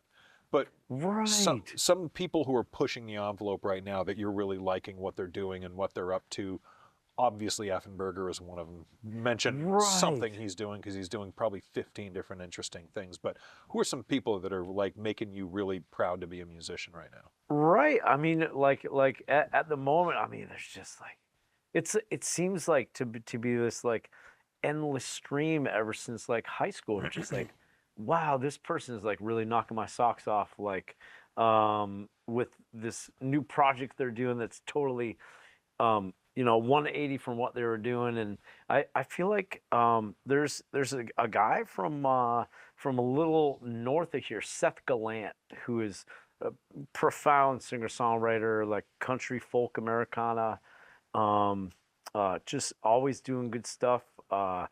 My pal Jake from the Tan Vampires is starting to play out again, Oh, which is incredible. super cool. Like so crazy gifted. Yep. And more. I'm thinking of friends that aren't like. I mean, there's so many like Seacoast pals that are doing good stuff. There's also so many other pals like within my other pockets of the community, like when I lived in Providence and in Boston, and there's a guy Ian Fitzgerald that has always been. I remember I was playing a show with him in Pennsylvania, and it was like this big show for him, and they said, "Hey, who do you want to like share the bill with?" And he could have said anyone in Pennsylvania, but he said Dan Blakeslee. I was like, man, that's so amazing. So I ended up making the trip down there, and as I was sitting in the little cafe that's in this venue, I overheard people saying, they go, man, this guy's like better than Bob Dylan. This guy is way off the charts. And he's been like took a little hiatus from doing music, but he's starting to get back out there again. Just like really tremendous. Is there anything that he's released so far, or is there stuff that you want? Oh yeah, no, point he to has. before? Oh no, he has. Like if you go on Bandcamp or Spotify, he's got. Name one more time. Ian Fitzgerald. Ian Fitzgerald. Yeah, there's an album. No Time to Be Tender. No Time to Be Tender. Oh, it's just so good. It's just fantastic. And welcome back, everybody. I know. How you doing? I would encourage hit pause, go find Ian Fitzgerald, come back again. So we'll see you in a minute. Yeah. So Ian Fitzgerald, that's a good one. That's putting some stuff out. Yep. And also, folks, like it made me so happy when the guys from Say Zuzu said that they're getting back on this. Someone's re-releasing all their old catalog. It just made me so happy because here's this band that was like really making some waves. And it just they had to, it came to a halt. Like, they sort of disbanded, and some parts moved to Maryland and Chicago, and and down south, and I remember playing shows to them early on at places like the Rosa. The Rosa. That's so they came up the other day. They used to do music. Yeah. Yeah. Yep. But there's one of my favorites locally to hear is Old Hat. With Old Hat String Band? Yeah. I have that hat. Oh my God! What do you mean? I have the Old Hat String Band hat. What? Yeah. What does that mean? It's one of my favorites. It's a good hat. They're phenomenal. Love them. Yeah. Phenomenal. Really incredible players. Yep. Definitely. So yeah, hit pause right now and go find Old Hat String Band. You will thank me. Yeah. Hi everyone, Sean with Seacoast Entertainer. I hope you're already enjoying one of the greatest communities in the world and in the homes of that community on social media, like Seacoast Music Scene groups of New Hampshire, Maine, and Massachusetts, and the fastest growing new group, Lakes Region Music Scene, all on Facebook, and at Seacoast Entertainer on IG, as well as Seacoast_Tainer on X. That's in addition to the shows we've been hosting or sponsoring around the region, like Jam of Legends, Writers in the Round, and these podcasts you're listening to now. And this is only the beginning. We're growing, and it takes a lot of work behind the scenes. As anyone who has built a business or organization will tell you, it is effort. When it's entirely volunteer driven, it is devotion. Devotion, though, doesn't pay the bills, and building a world-class website comes with bills. Fortunately, we have a community leader who has stepped up to help as an in-kind sponsor to cover the vast development costs. We could use more. A website as robust and feature-rich as the one they're building us has a lot of services backing it up in order to give you the experience in following the arts you didn't realize you were missing. We'll need to cover the costs of these services. Things like a stream of content from your favorite local artists from the popular social sites, fed to one central location outside the confines of those services, and a calendar populated with schedules of upcoming events across the region. Certainly, not least, is real journalism will make a return to the Seacoast under the leadership of our editor-in-chief, Christopher Hislop. With this comes all of our favorite pieces like 5 Spot and Spotlight. One of my favorite undertakings in all of this is the Musicians Archive, a constantly expanding archive of the musicians and bands who have come before and and those who are just getting their stage legs. We all know that we're standing on the shoulders of giants here, so we'll pay tribute to as many as we can identify. From the ultra-popular like Say Zuzu, Thanks to Gravity, The Press Project, and Fly Spinach Fly, to wildly impactful artists whose names you've never heard. When you hear me reading ad copy for businesses, know this: they're paying actual money to support our amazing way of life, engaging with this gift to humanity, the arts. So what's next? What's burning inside of you that needs to find its way to reality? Yeah, well, I mean, I took a break from doing some recording for a little bit because I was coming out with a poster book of my show posters, like 30-year retrospective Awesome. of that, and that took like half a year to like gather all the posters together and figure out what I want to put in there, and all the write-ups of all these different venues I was playing, and that took like half of the year last year, and and this year I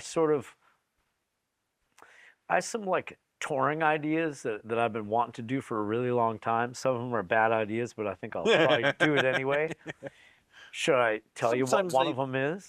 If you want to You know put what? it out there. It's almost like a secret, but I mean, I did a tour in the shape of a jack-o'-lantern one year. Oh, that's awesome. For my Halloween sideshow. I booked 31 shows all over New England and New York, and it makes a jack-o'-lantern face. If you can zoom out on the map. That's the best. I'll tell you this. I'll tell you this new one. Okay. So I originally wanted to do it in 2020.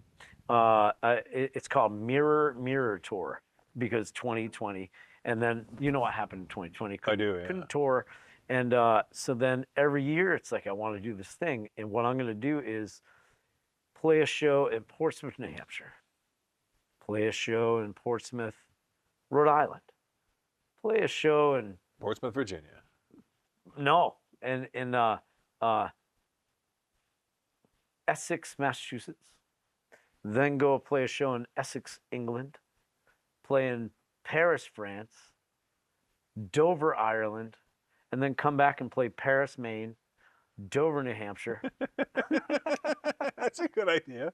Or a bad idea. Costly, but a good idea. That'd be a lot of fun. But I think it'll be more successful than the Jack-o'-lantern tour. The Jack-o'-lantern tour. Check out Dr. Gasp, by the way. That's my Halloween sideshow. I agree. Check out Dr. Gasp. But I did this the Jack-o'-lantern shaped tour. In order to make like the mouth jagged, I had to play like in a swamp in like Orange, Massachusetts. Then I had to play. I played in front of a castle in Vermont. I played in a cornfield in the rain. I played in an apple orchard, played in front of a covered bridge in Vermont, just to make the jagged face on the map. Yeah. And there wasn't anyone at those shows. No. But I matter. called them shows. Yeah. I invited people, and there were a couple of people would show up here and there, but not like, So financially, it was a wash. Yeah. But now I can look back and chuckle. Yeah. That's really what this it's all about. Misshapen jack-o'-lantern face on New England. Damn it! If we can't keep ourselves entertained, what are we actually doing here?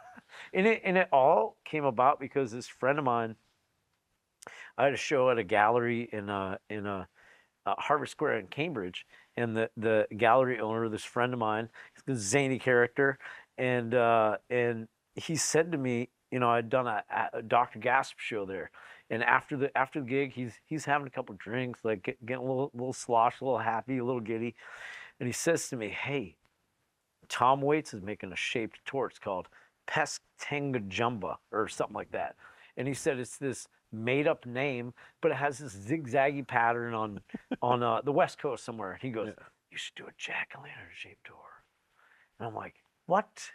Okay, let's map it out right now," as a joke. Yeah. But then many years later, it was my 10th anniversary of Dr. Gasp. I'm like, I have to do this. And that's where that's when I actually did it in 2012. That's where the jack-o'-lantern came from. Yeah. Hell yeah. Solid move. What about Paris, Tennessee? I can do Texas. Paris, Texas. Yeah. Classy. It's amazing. These friends of mine from Rhode Island called Deuterinos, who are That's good. fantastic.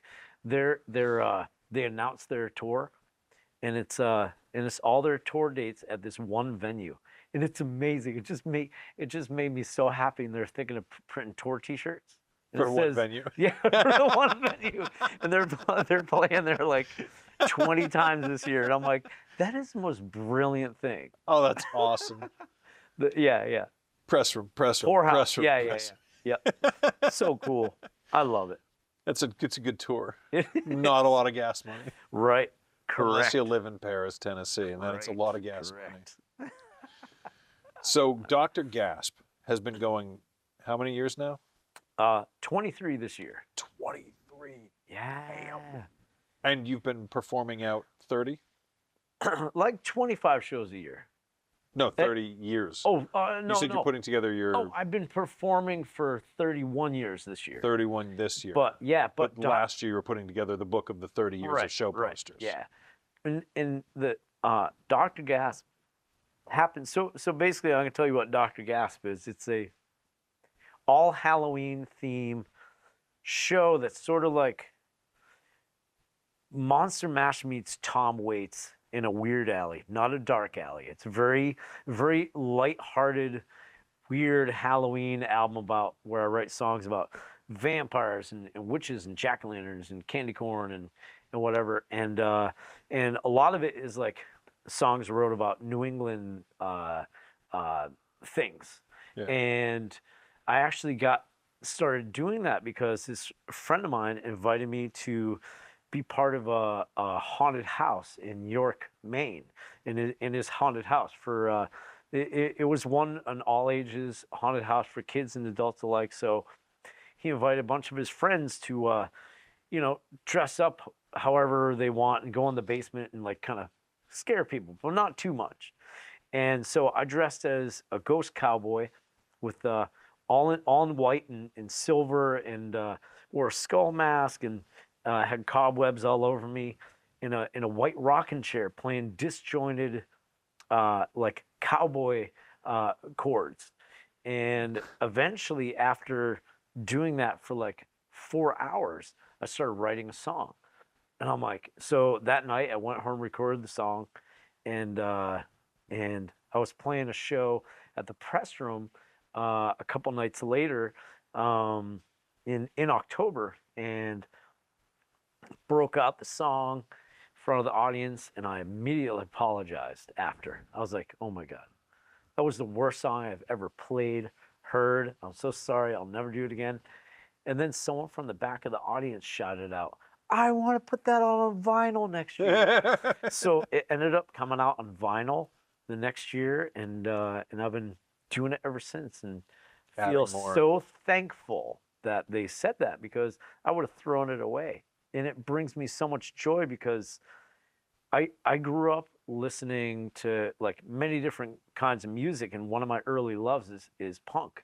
And back in 7th, 8th grade, and I've always had this energy inside of me that doesn't quite come out in my my other songs, like folk country Americana stuff. So when it comes to Dr. Gasp, it's like anything goes. Let it all go. Now, early punk, were you Fugazi, Black Flag, or were you more Vandals? I mean, a huge Fugazi fan. Huge, huge. But definitely like Sex Pistols, GBH, but my first punk show actually was by one of my top favorite punk bands of all time. It was in Portsmouth, Knights of Columbus Hall. Oh, I was in 7th grade, 8th grade, and it was 5 Balls of Power. 5 Balls of Power. They press pause. Press pause. Check out that band. There's not much online. I feel like there's a few YouTube videos and things, but like I can't remember exactly what the makeup of the band was that night, but this one tape that I had, I wore it out so many times over. And I had this gal that like I was seeing at the time, and she really loved it, and she took it and brought it down to Florida, and I was so pissed. But then I eventually found another one at a yard sale. But anyway, so Jay from Scissor Fight is in the band at a point. Roger Shosa is also Al Barr, And I don't know Al. I know Jay. yeah. Al's in Dropkick Murphys now. But Oh, of course. yeah, but that little like, band. like still to this day, like I put that album on, I'm like, this is the best punk record ever, in my opinion. They all know that. I've told them several times. You're not gonna make them all blush right now. You may make Jay blush if you tell him that. But Oh yeah. he humble, which is weird because Yeah. he's probably one of the sickest shredders on the Oh planet. my God, without question. Weird how talented that guy is. Every Yep. time he says my name, I'm like, I can't believe that dude knows my name. Right. He keeps saying he wants to jam with me, that Jay guy. Jay, let's make it happen. Dude, if you need a drummer, talk to your old buddy Sean over here. Cool. Yeah, that would be a hell of a thing throwing that together. Have you seen his new? Oh yeah. I Yeah. I don't know if it was the first show, Them but Dewlap Boys. That was one I was going to mention too that I really dig. Yeah, I love what they're locally doing. that's happening right now. Yeah. Yeah. Oh my God, they're doing great stuff. Pause. Them Dewlap Boys. Yeah. So I don't know if it was their first show, but it may have been. It was early on. And they were playing, and I said I'm not missing that. So I showed up, and I said, "What are you doing?" He said, "It's like punk country, but like outlaw country, like old." I was like, "Okay, I Right. like it. I don't know how you're gonna, but I'm curious. I can't wait to see it." Yeah. And it was loud, and it was exactly what you would expect. Oh my God, yeah. A punky kind of, but like almost a twangy rock, not rockabilly, but like that kind of. I get where that country element is coming into Right. it, Absolutely. but it wasn't polished. Right. It's early. It's like I can't wait to see what they do with this. Right. Maybe 2 months later, I saw them again at the Lou. And at that moment, I went, oh, I get it. Oh, I get it. Okay. Yeah. Hell yeah. This is amazing. And I think I've seen them 3 or 4 times since. And it just keeps getting better, like Right. incrementally better. Right. To the extent now that I'm like, this is one of the most brilliant and incredible things that has been put together. Oh Like, my God, really, it's amazing. It's so, Amazing. it's almost as though sometimes creators have this ability to like punch through the ether and grab something from a different dimension and pull it back and go, that belongs here. Right. That's them Dewlap Boys. Yep. Roger and Jay have said to me, they go, man, we got to pair them sometime. I think it'd be great. So, and I really want to make it happen. What I wanted to do is play all my fastest songs, like all my the ones that I have that are more like just have like up tempo kind of thing. Yeah. Or pull out some of my favorite punk songs and cover them acoustically, like in my own way. It's like I've been covering Should I Stay or Should I Go for a long time, a Clash song. Good one. But Yeah. making it like a acoustic finger picking country blues thing. But it's like I've always maybe I'll cover a 5 Balls of Power song. Oh, do it. Do it. 5 Balls of Power. I'm going to have to remember that one. Oh yeah. I can't wait to check that out. Mm-hmm. So, punk clearly is a thing that has hung out close in your Yeah. your orbit. Yeah. And it's not something that you necessarily, it's not a discipline that you hone actively. Right. You wouldn't come to one of my shows and be like, that guy listens to punk rock. This dude's an old school punker I over remember I was at a scissor fight show and someone's like, what are you doing here? I'm like, what are you doing here? Excuse me? Anybody but can it's- come to a but it's- scissor fight show. But it's kind of funny because ever since like this is sort of like I'm a musical mutt. Always have been. Same. If you see my record collection, you'd be like, this does not make sense, but it makes sense. Like the wide array of things that I listen to. But my musical makeup is that my dad is a jazz musician, piano player. Yeah. And so I grew up listening to him play jazz forever. And then my older brother introduced me to hip hop when I was a kid. So I was hell always, yeah. always a break dancer. Yeah. Oh yeah. In fact, I think I came to this mall for some fat laces at some point. Nice. So I was always listening to that, and then my dad started playing drums in a country band, so I was starting to get into some country stuff.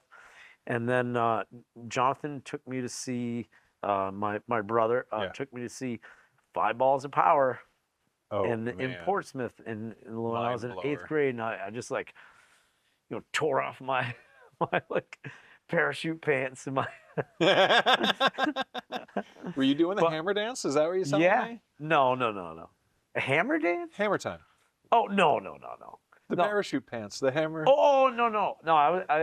I mean I was thinking more like early like breakdance, like Crazy Legs. There was this guy breakdancer in New York City, Crazy Legs. Oh my God, that guy was crazy. Part of the Apple Jam crew.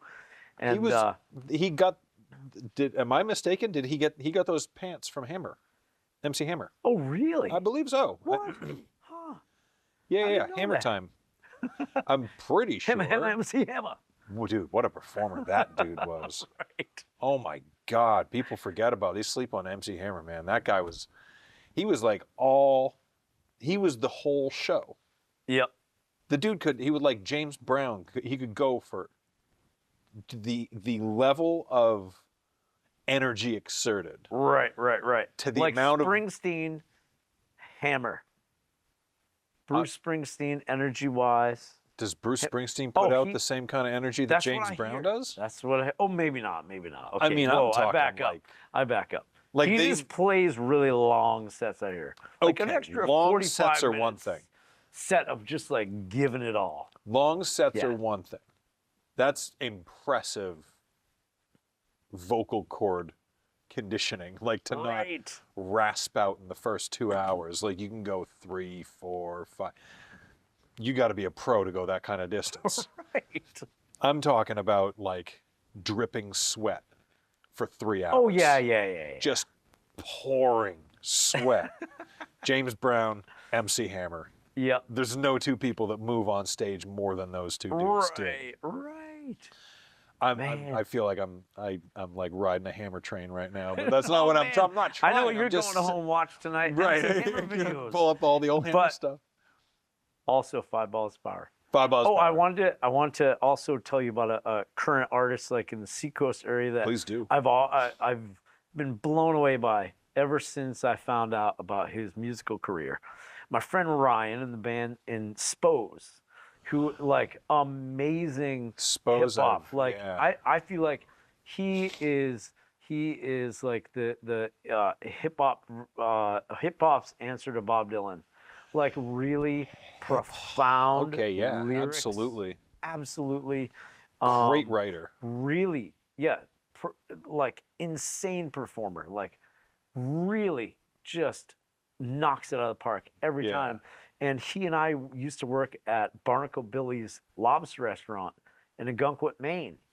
And I was still working there at the beginning of my career, and he was sort of just starting his. So we were like a number of years apart, but we like knew of each other. Yeah. And then and when I eventually left the Lobster Restaurant, because my boss said to me, came back to work for 7th season, and he said, "I can't hire you back." And I'm like, why? I'm one of your best workers. I'm the one that actually works when I'm at work. And not to throw all of my employees under the bus. No, you're supposed to be out there playing music. And so he said, you come back to me with a full schedule of your shows and you can play in between. Yeah. But I want you out there playing music. What a good dude. Yeah, right. But in that period of time, a couple years, like another year went by, he goes, "Hey, you should check out Ryan's music. He's Spose. Yeah, Spose." Yeah. And so and then Spose invited me over to his place and he was showing me his like 4-track wizardry, and I'm like, wow, this guy is so great. That's really cool. Yeah. So one song to check out by him in particular is Oh man, I think it's called. I think it's called just by someone's name. I think it's called Chris, but it's about this bully at his school Yeah. that just it's just such a profound song.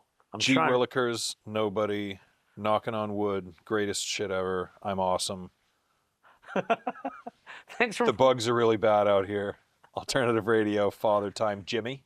Jimmy. Jimmy. Man, you are good. Check out Jimmy when you get home. Good luck with your life. Yep. Oh, dude, he's crushing. He's in the millions of listens. know. Yeah, It's he's. insane. I'm Awesome. 14 million on. That's crazy. What a crusher! What an absolute crusher. Spose, good drop. And so kind too. Yeah. Like very highly successful, but also still so humble. It's You amazing. no. Okay, so I'll throw somebody at you. You like hip hop. Yeah, There's somebody in the area right now. I'm ready. who- I mean, I'm not saying. Look, he's on the same footing as Spose. Oh yeah. But you catch people at different times, and they're doing their rise in different Of ways. course, Somebody yeah. who's like carrying the torch for the hip hoppers right now. Yep. Check out some of Mark G stuff. Mark G. Yeah. Pause for me. Mark G. There's a dude named Marco Awesome. sitting pretty close to us Really? who gets on Oh. gets on stage, my dude, and owns the room. Great flow. I hope to kick out a couple. Amazing. Hope to kick out a couple jams with him at some point. But yeah, there's somebody carrying the hip hop scene torch for the amazing. little guys. You know, he runs a thing, the hip hop night at Auspicious Brew. Oh man, I love that. Love that place. Love them. Helen Thank J. goodness for them. Oh my god. Absolutely. Yeah. Long-term fan and supporter of that Yes. room. Yeah. Back to the days where there was no stage. Right. And we were all we're playing on the floor. Yep. That's Kirst did story time. We kicked it off there. That's where that was born. That's amazing. They wanted Ryan and I to do a show, and it was after the pandemic, not fully after, but it was like the blip had happened, and they were like, "We want you guys to do a show here," and we're like, "We're not doing shows right now." You know, we didn't have Justin. Right. Justin, was battling cancer. Right.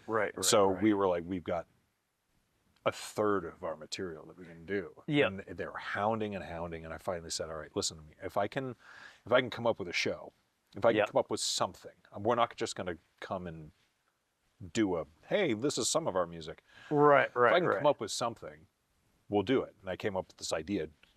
Take our songs and then Guy Capasolatro's songs, Oh my god. give them brilliant. to Mark Michael Adams, That and guy. have him, tell a story using these songs as soundtrack. Amazing. And so Mark calls me, and I had asked him, what I wanted was for him to take all of these songs and let them inspire a story and write a story. But that's psychotic to ask somebody, can you write a story and just create a dinger? So I said, just if these songs kind of are close to a section of Hemingway or something, pick a favorite writer or something, whatever. Yeah. So he calls me like 2 weeks later and goes, dude, I have so much imagery popping out of my head and characters, and I have so many things spinning. Can I just write a story? It's like, please, my God, yes, do that. Right. That's like the dream, is you would take this and let it inspire a story. Right. So I called them and I said, okay, I've got a thing brewing. We'll do a Yep. show, but Yeah. it's going to be more than just Kirst. There's going to be Guy Capasolotro is going to Yep. be there playing music. Mark Adams is going to be telling this story, and we're going to We intersperse went the to songs. high school, Mark and I. Get out of here. Love that guy. Love him. Love that guy. He was on the podcast. His Excellent. episode is coming out, I think, not next, but after Right. Guys goes tomorrow. Wow. Mark's comes out. Oh my god. Love him so much. Love both of those guys. Talk about prolific songwriter Guy Oh yeah. Capasolato. Oh my god. I asked him how many albums have oh you my put god, he does 120. No, it's 189 or something. crazy. Yeah. Oh my God. It's It's weird yeah, how many. baffling. The only way to describe that guy as prolific songwriter is, I mean, there's 100 different ways you can describe him.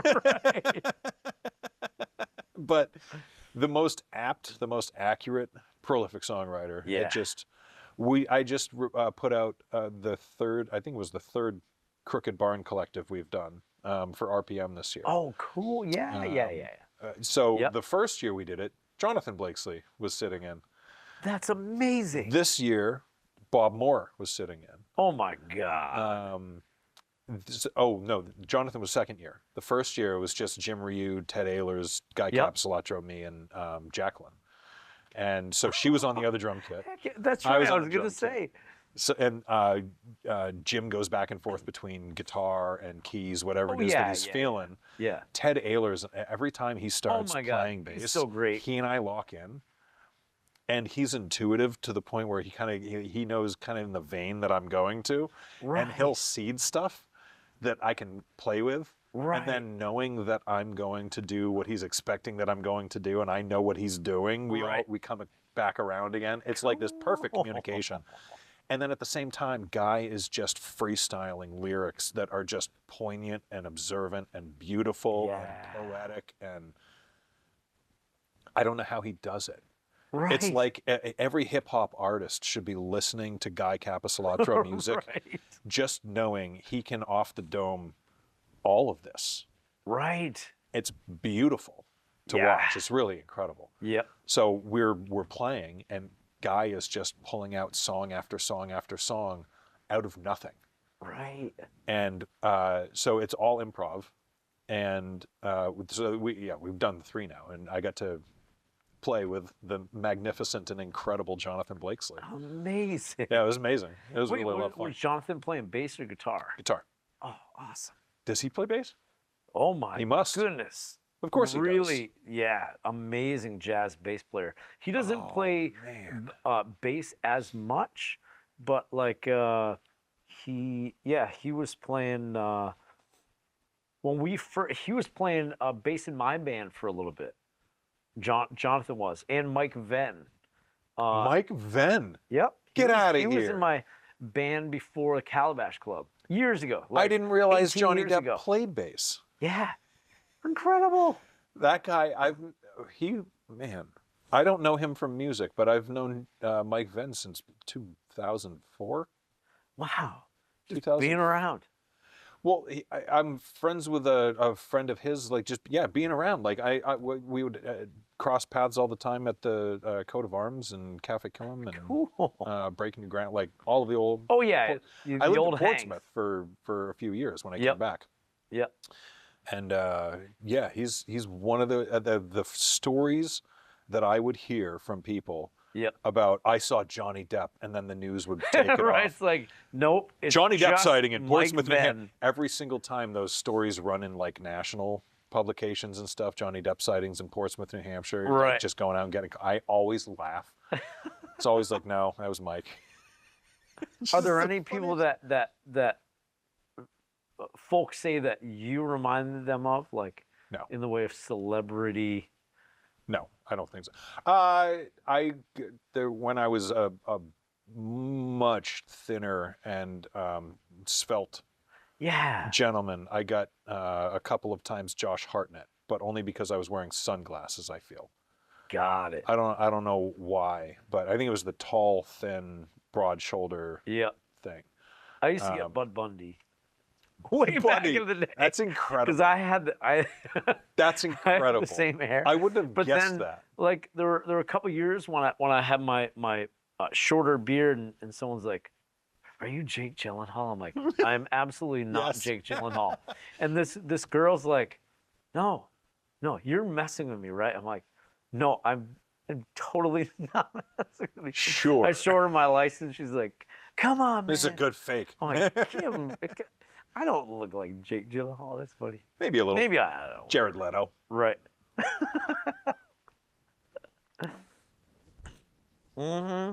Yeah, no, I don't remember getting a lot of "you look like that" celebrity. Yeah. I'm trying to figure out What would you say? I don't know. Who do you think I look like? I don't look at celebrities a lot. I try not to. To me, a celebrity is Mike Patton. Wow. Nice. Like you want to hear a Mike Patton story? Yeah. I got a funny one. Awesome. So I've been a super fan of Mike Patton for a lot of years, like 1988. Yeah. Some of my early music influences, he sticks out. Like as soon as MTV hit and Faith No More and Epic and the fish flopping around the piano, Yep. I was indefinitely hooked Yeah. on that dude. And when I realized that he was in another band, I was like, get out of here. Give me all that. Yeah. And another band, another band, another band, another. The guy in 2006, I looked it up. He had album credits on over 5,000 albums. What? We're talking almost 20 years ago. That's crazy. 5,000. So I went down and I saw a Phantomus show at the Middle East. Wow. And it was wild. It was incredible. It was a lot of fun. Phantomus. Definitely look it up. He had the drummer from Tomahawk with him that night. Wow. One of my favorite bands, Tomahawk. Wow. So wild, loud, immense energy, incredible. I love that stuff. Sweaty like crazy. Like it was a gross room that night because Right, everybody right. was just getting wild. There were like Mexican wrestling masks and like it was wild. My kind of show. Yeah, it was incredible. So the place is filing out. Yep. And there's a ramp, you know it well, I'm sure, downstairs. Oh yeah, downstairs. Up to the restaurant is upstairs. Yep. There's a door that you go through to get. Yep. Standing just outside the door on the left is a short dude, brown hair, skinny, just standing there. And people are walking by going, is that? Just keep going. Right. Is that Mike Patton? He was standing literally on the outside of the door, just as people are walking by. Right. Nobody's saying a word to him. So I was like, all right, I got to do something weird. Now's your chance. So I walk by him and I pivot on my left Yep. so that I turn around and my right shoulder is right next to him. Not touching Right, him, but right, next right, to him. right. And I'm just standing right next to him. He's right here next to me.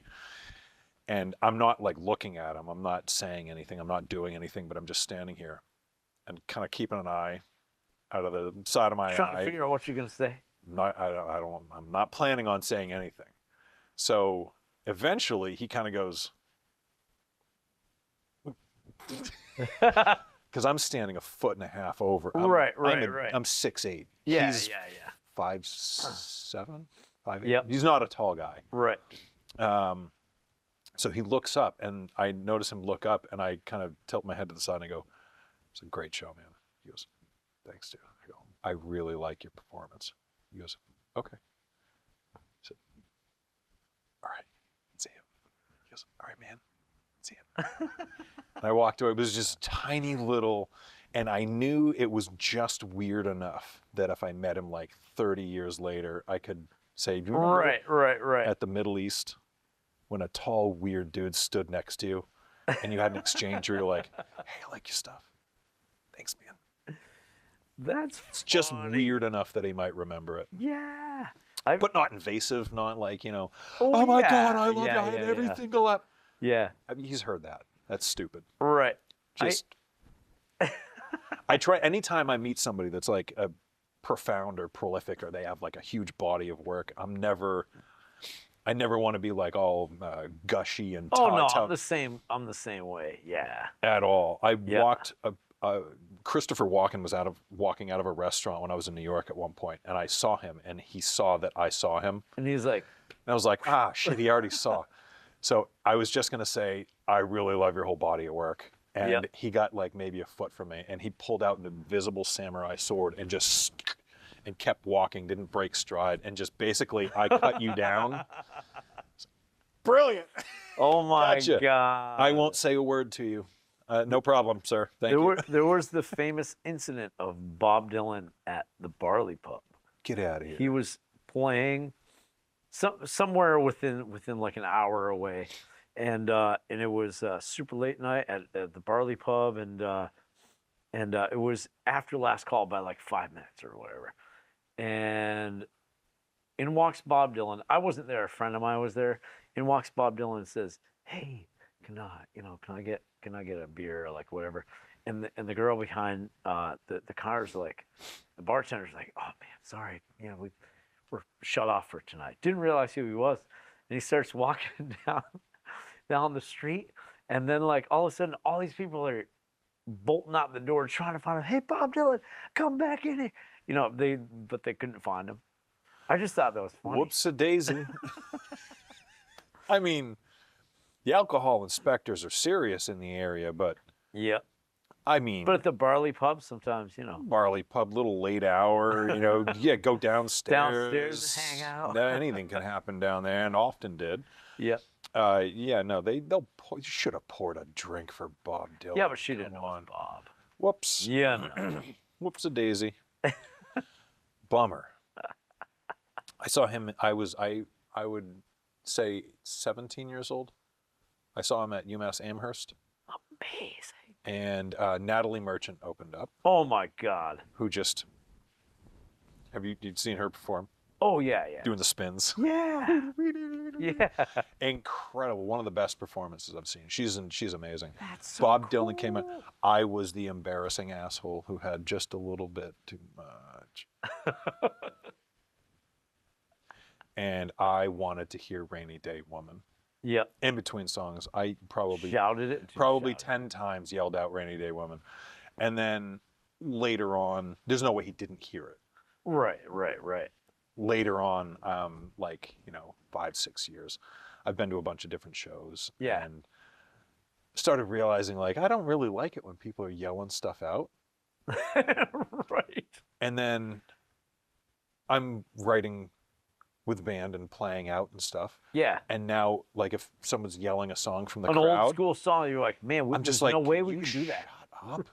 I don't stop yelling. I'm not a goddamn dancing monkey. Like, stop it. Right. We practice shows ahead of time. Like, set list is done. You know, Yep. we've rehearsed all of these. Yeah. And also, if you're like a living legend and you have 400 albums worth of stuff and someone's screaming out a song from like 1960, Right. dude, I'm still a person. I'm still an artist. I'm still writing. Like, I'm trying to play you some new stuff. Okay, Right. here's your, how many Right. times has he had some ass in the crowd screaming out old songs? Right. Like, I've got what I'm gonna play. Thank you. Mm-hmm. Shut up. I hated myself back then. Now, you know, like, Right, I wish right, I had done that. He didn't need to hear that. But at the same time, like, that kind of talks to Spock, you know, Leonard Nimoy. Right. He hated people calling him Spock and bringing up Spock and Spock this and Spock that. He's like, I'm a thespian. Right. I'm He's an like, I'm a actor. musician. I am He's more. also a musician. Was also a musician. What's his? Shatner. William Shatner Yes, at one yes, point. yes. Nimoy asked him, like, why do you do these stupid Comic-Con things? It's all they just want to know, you know, they want to ask you stories about Star Trek. Right. And Klingons and And he goes, you know what, man? How many failed actors do you know? How many people washed out? He goes, oh my God, tons. He goes, how many actors do you know that have had a successful career Yep. that nobody remembers their parts? He goes, oh, a lot. And he goes, how many successful actors do you know that have a lot of great characters and people remember one or two? Right. He goes, fewer, but still a bunch. He goes, how many people do you know that are an actor who are a part of somebody's heart and their family and their history? Right. And you matter more to them than anything else and will supersede the entertainment industry and will forever be known as their character. Right. They become an icon while they're alive. Right. He goes, don't ever take for granted that you did something that so few people who have tried to do what you did have done. Right. You're Spock. And you can't ever kill that, nor should you want to. You Right, mean right, more right. to these people than you'll ever know. Yep. It's really unbelievable that you don't see that. And he was like, Right. I took for granted all of these years and I've treated people rudely. And he was like, he had that turning moment later in his life Right. where he realized that. And he was like, I feel so badly for giving anybody any guff for loving me. Right. What a crazy thing. But it's incredible that Shatner got to him at some point and was like, man, Yep. you don't realize how good a thing you've done. Right. beautiful thing, like really incredible. These people will cherish you forever, Yeah, which is really cool. Bob Dylan is one of those. It's kind of funny. My story with Bob Dylan, or knowing Bob Dylan stuff, is that I came into it really late, which kind of blows some people away because I play folk music, quote unquote, and whatever. And I didn't start getting into Bob Dylan until I started. A friend of mine asked me to do Bob Dylan Appreciation Night art Hell for yeah. the poster, and then he said, "Hey, you want to play one or two songs?" I'm like, "Sure." I mean, I think I know what a Bob Dylan song sounds like, but I'm not positive. Like, I didn't have any of his records in my collection or whatever. So I went to Bull Moose Music and bought a couple albums, and I was like, okay, I'm gonna cover these two songs, and I got so deep into his stuff, hooked, and also after watching the Night of Music, I was blown away that Bull Moose Music was having a sale on its Columbia artists like Johnny Cash and Bob Dylan. Yeah. So I went the next day and I bought 10 Bob Dylan albums because they're $8 a piece. And I'm like, hey man, that's a good, that's $80, and it's gonna like inspire me for decades. It's a good investment. You know what I mean? And it's like I would take each album and listen to it. I wouldn't like unwrap them in speed, like, you know, listen. I would listen to one album for like a week, be like, all right, this is the album I'm listening to this week of his, you know. Yeah. But don't marathon it. right. Let them sink in. Read all the words. Exactly. Yeah, he's one of those writers. You can really read the words, and then learn how to play it, and then relearn how to play it. Yeah. And then, you know, watch him play it and go, oh, I was doing that wrong. Oh, I was doing that. Really insightful, cool stuff. Oh yeah. Yeah. Great, but brilliant writer. He's one of those people who, when people are like, yeah, he's a terrible singer. Oh my God. No, he's not. Well, depends what just era. because you don't like his voice doesn't mean that he's a bad singer. Right. There's plenty of people who. You don't have to have perfect pitch or anything. Some of my favorite stuff is like the ones that are really grovelly and have like some unique quality. What I always say is, did this singer get on stage and have a tremendous impact on the people that were listening? Right. If the answer is yes, were they really a bad singer? Right. Were they operatic? Were they classically trained? Are they doing everything literally perfect? No, but that's not the point. Making a connection with the listener is the point, isn't it? Yeah. So if what he's done is make a connection with not just 1 million people, which is baffling to most artists. Right. To have 1 million people know your name and look forward to the moment they can hear you again. Yeah. That's amazing.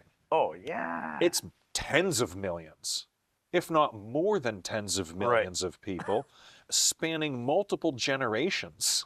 Like these people from the 60s, 70s. So that's a generation, 20 years. Yep.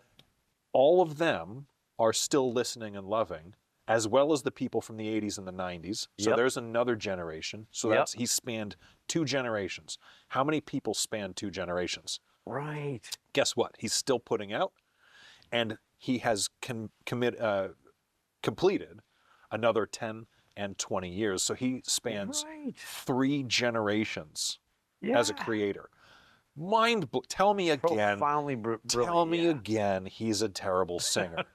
You lose all credibility. It doesn't make any sense to say it. Like, stop saying it. You just look dumber and dumber every time you do it. Right. What he's doing is completely making a connection with tens of millions of people. They're loving it. He's writing songs. He's singing them. He's playing his guitar. Everybody's coming away better for it. Where's the harm? Right.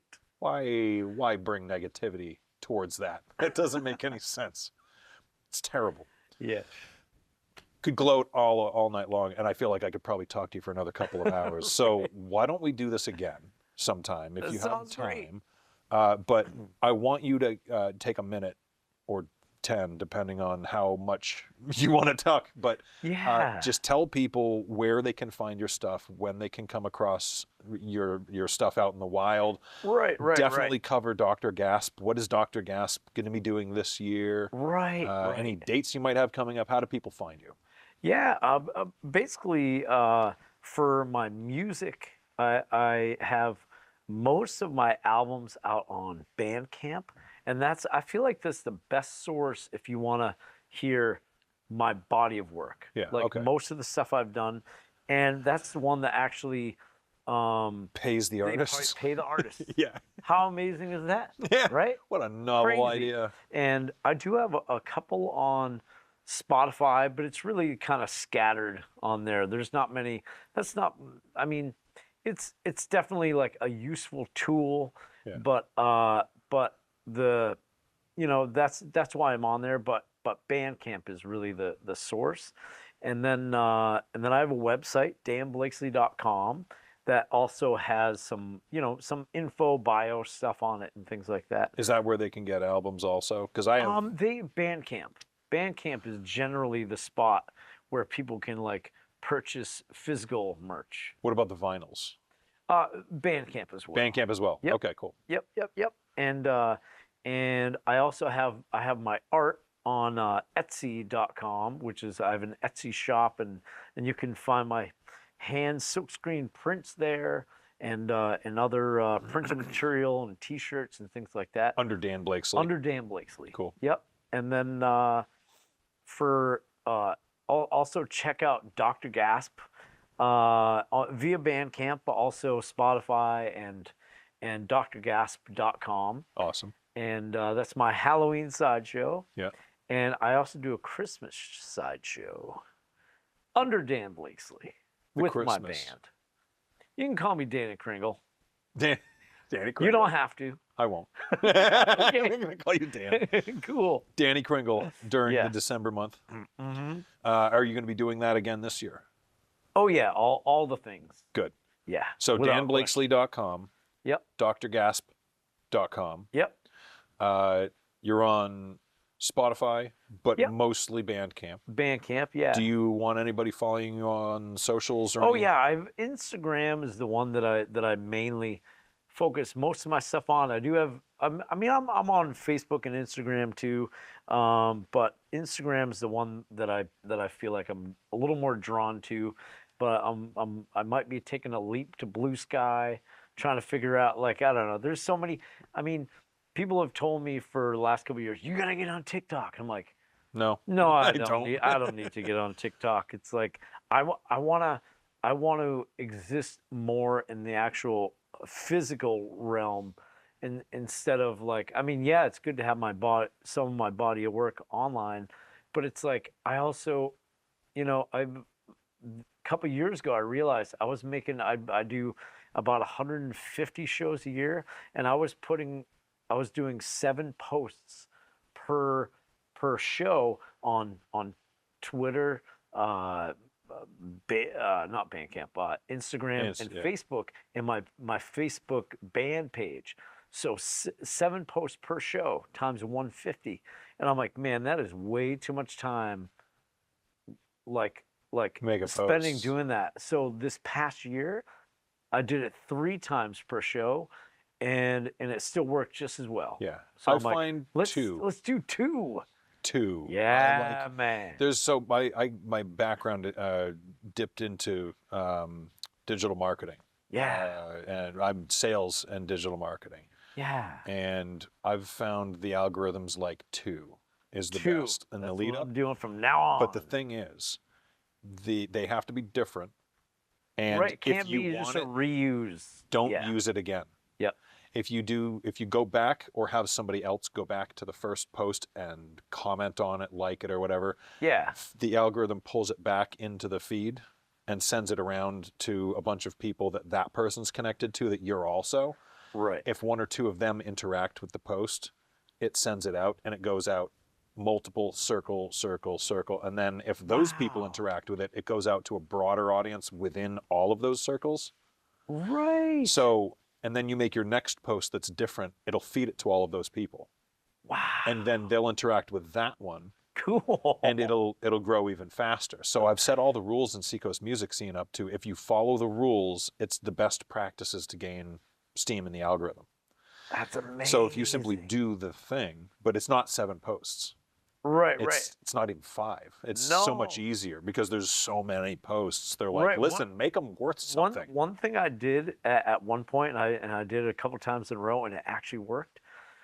I would do a post, and then but then I felt like by the end of the week, it looked like my page was just one big commercial. Yeah. You know, like just my posts. Hey, I'm playing here, I'm playing there, playing here, playing there, blah blah blah. So then I started posting like. One day I was like, "Hey, I'm eating all orange food for dinner," and I was eating like salmon, sweet potatoes, orange juice, and carrots. And I had a plate, and I took a picture of that plate. And That's people were like, awesome. "Ha, that's funny," like whatever. But then they started checking the post before that and after that, and I'm like, "There it is." That's it. Anyway, Make it interesting. all right. Thanks for the help. Anything I can do to prop up the local scene. Excellent. Well, my brother, it has been an absolute blast Same here. talking with you. Always. Love the crap out of you, brother. Always. Same here. Love All right. you too. Thank you for tuning in, everybody. Love the hell out of you. Thank you. We'll see you out there. All right. Here they are. Without these folks, taking Seacoast Entertainer to the next levels wouldn't be happening. Not to this scale. Tangram 3DS actively supports our music and arts scene and has proudly been part of it for the last 20 years. Their creative pros bring vision to life with everything from 3D renderings and VR to video, animation, web design, and branding. As a team of artists living and working on the Seacoast, Tangram considers a thriving local culture essential to us all for the connections we make, communities we build, and creativity we foster. Visit tangram3ds.com to learn more, see their work, and imagine what they can do for you.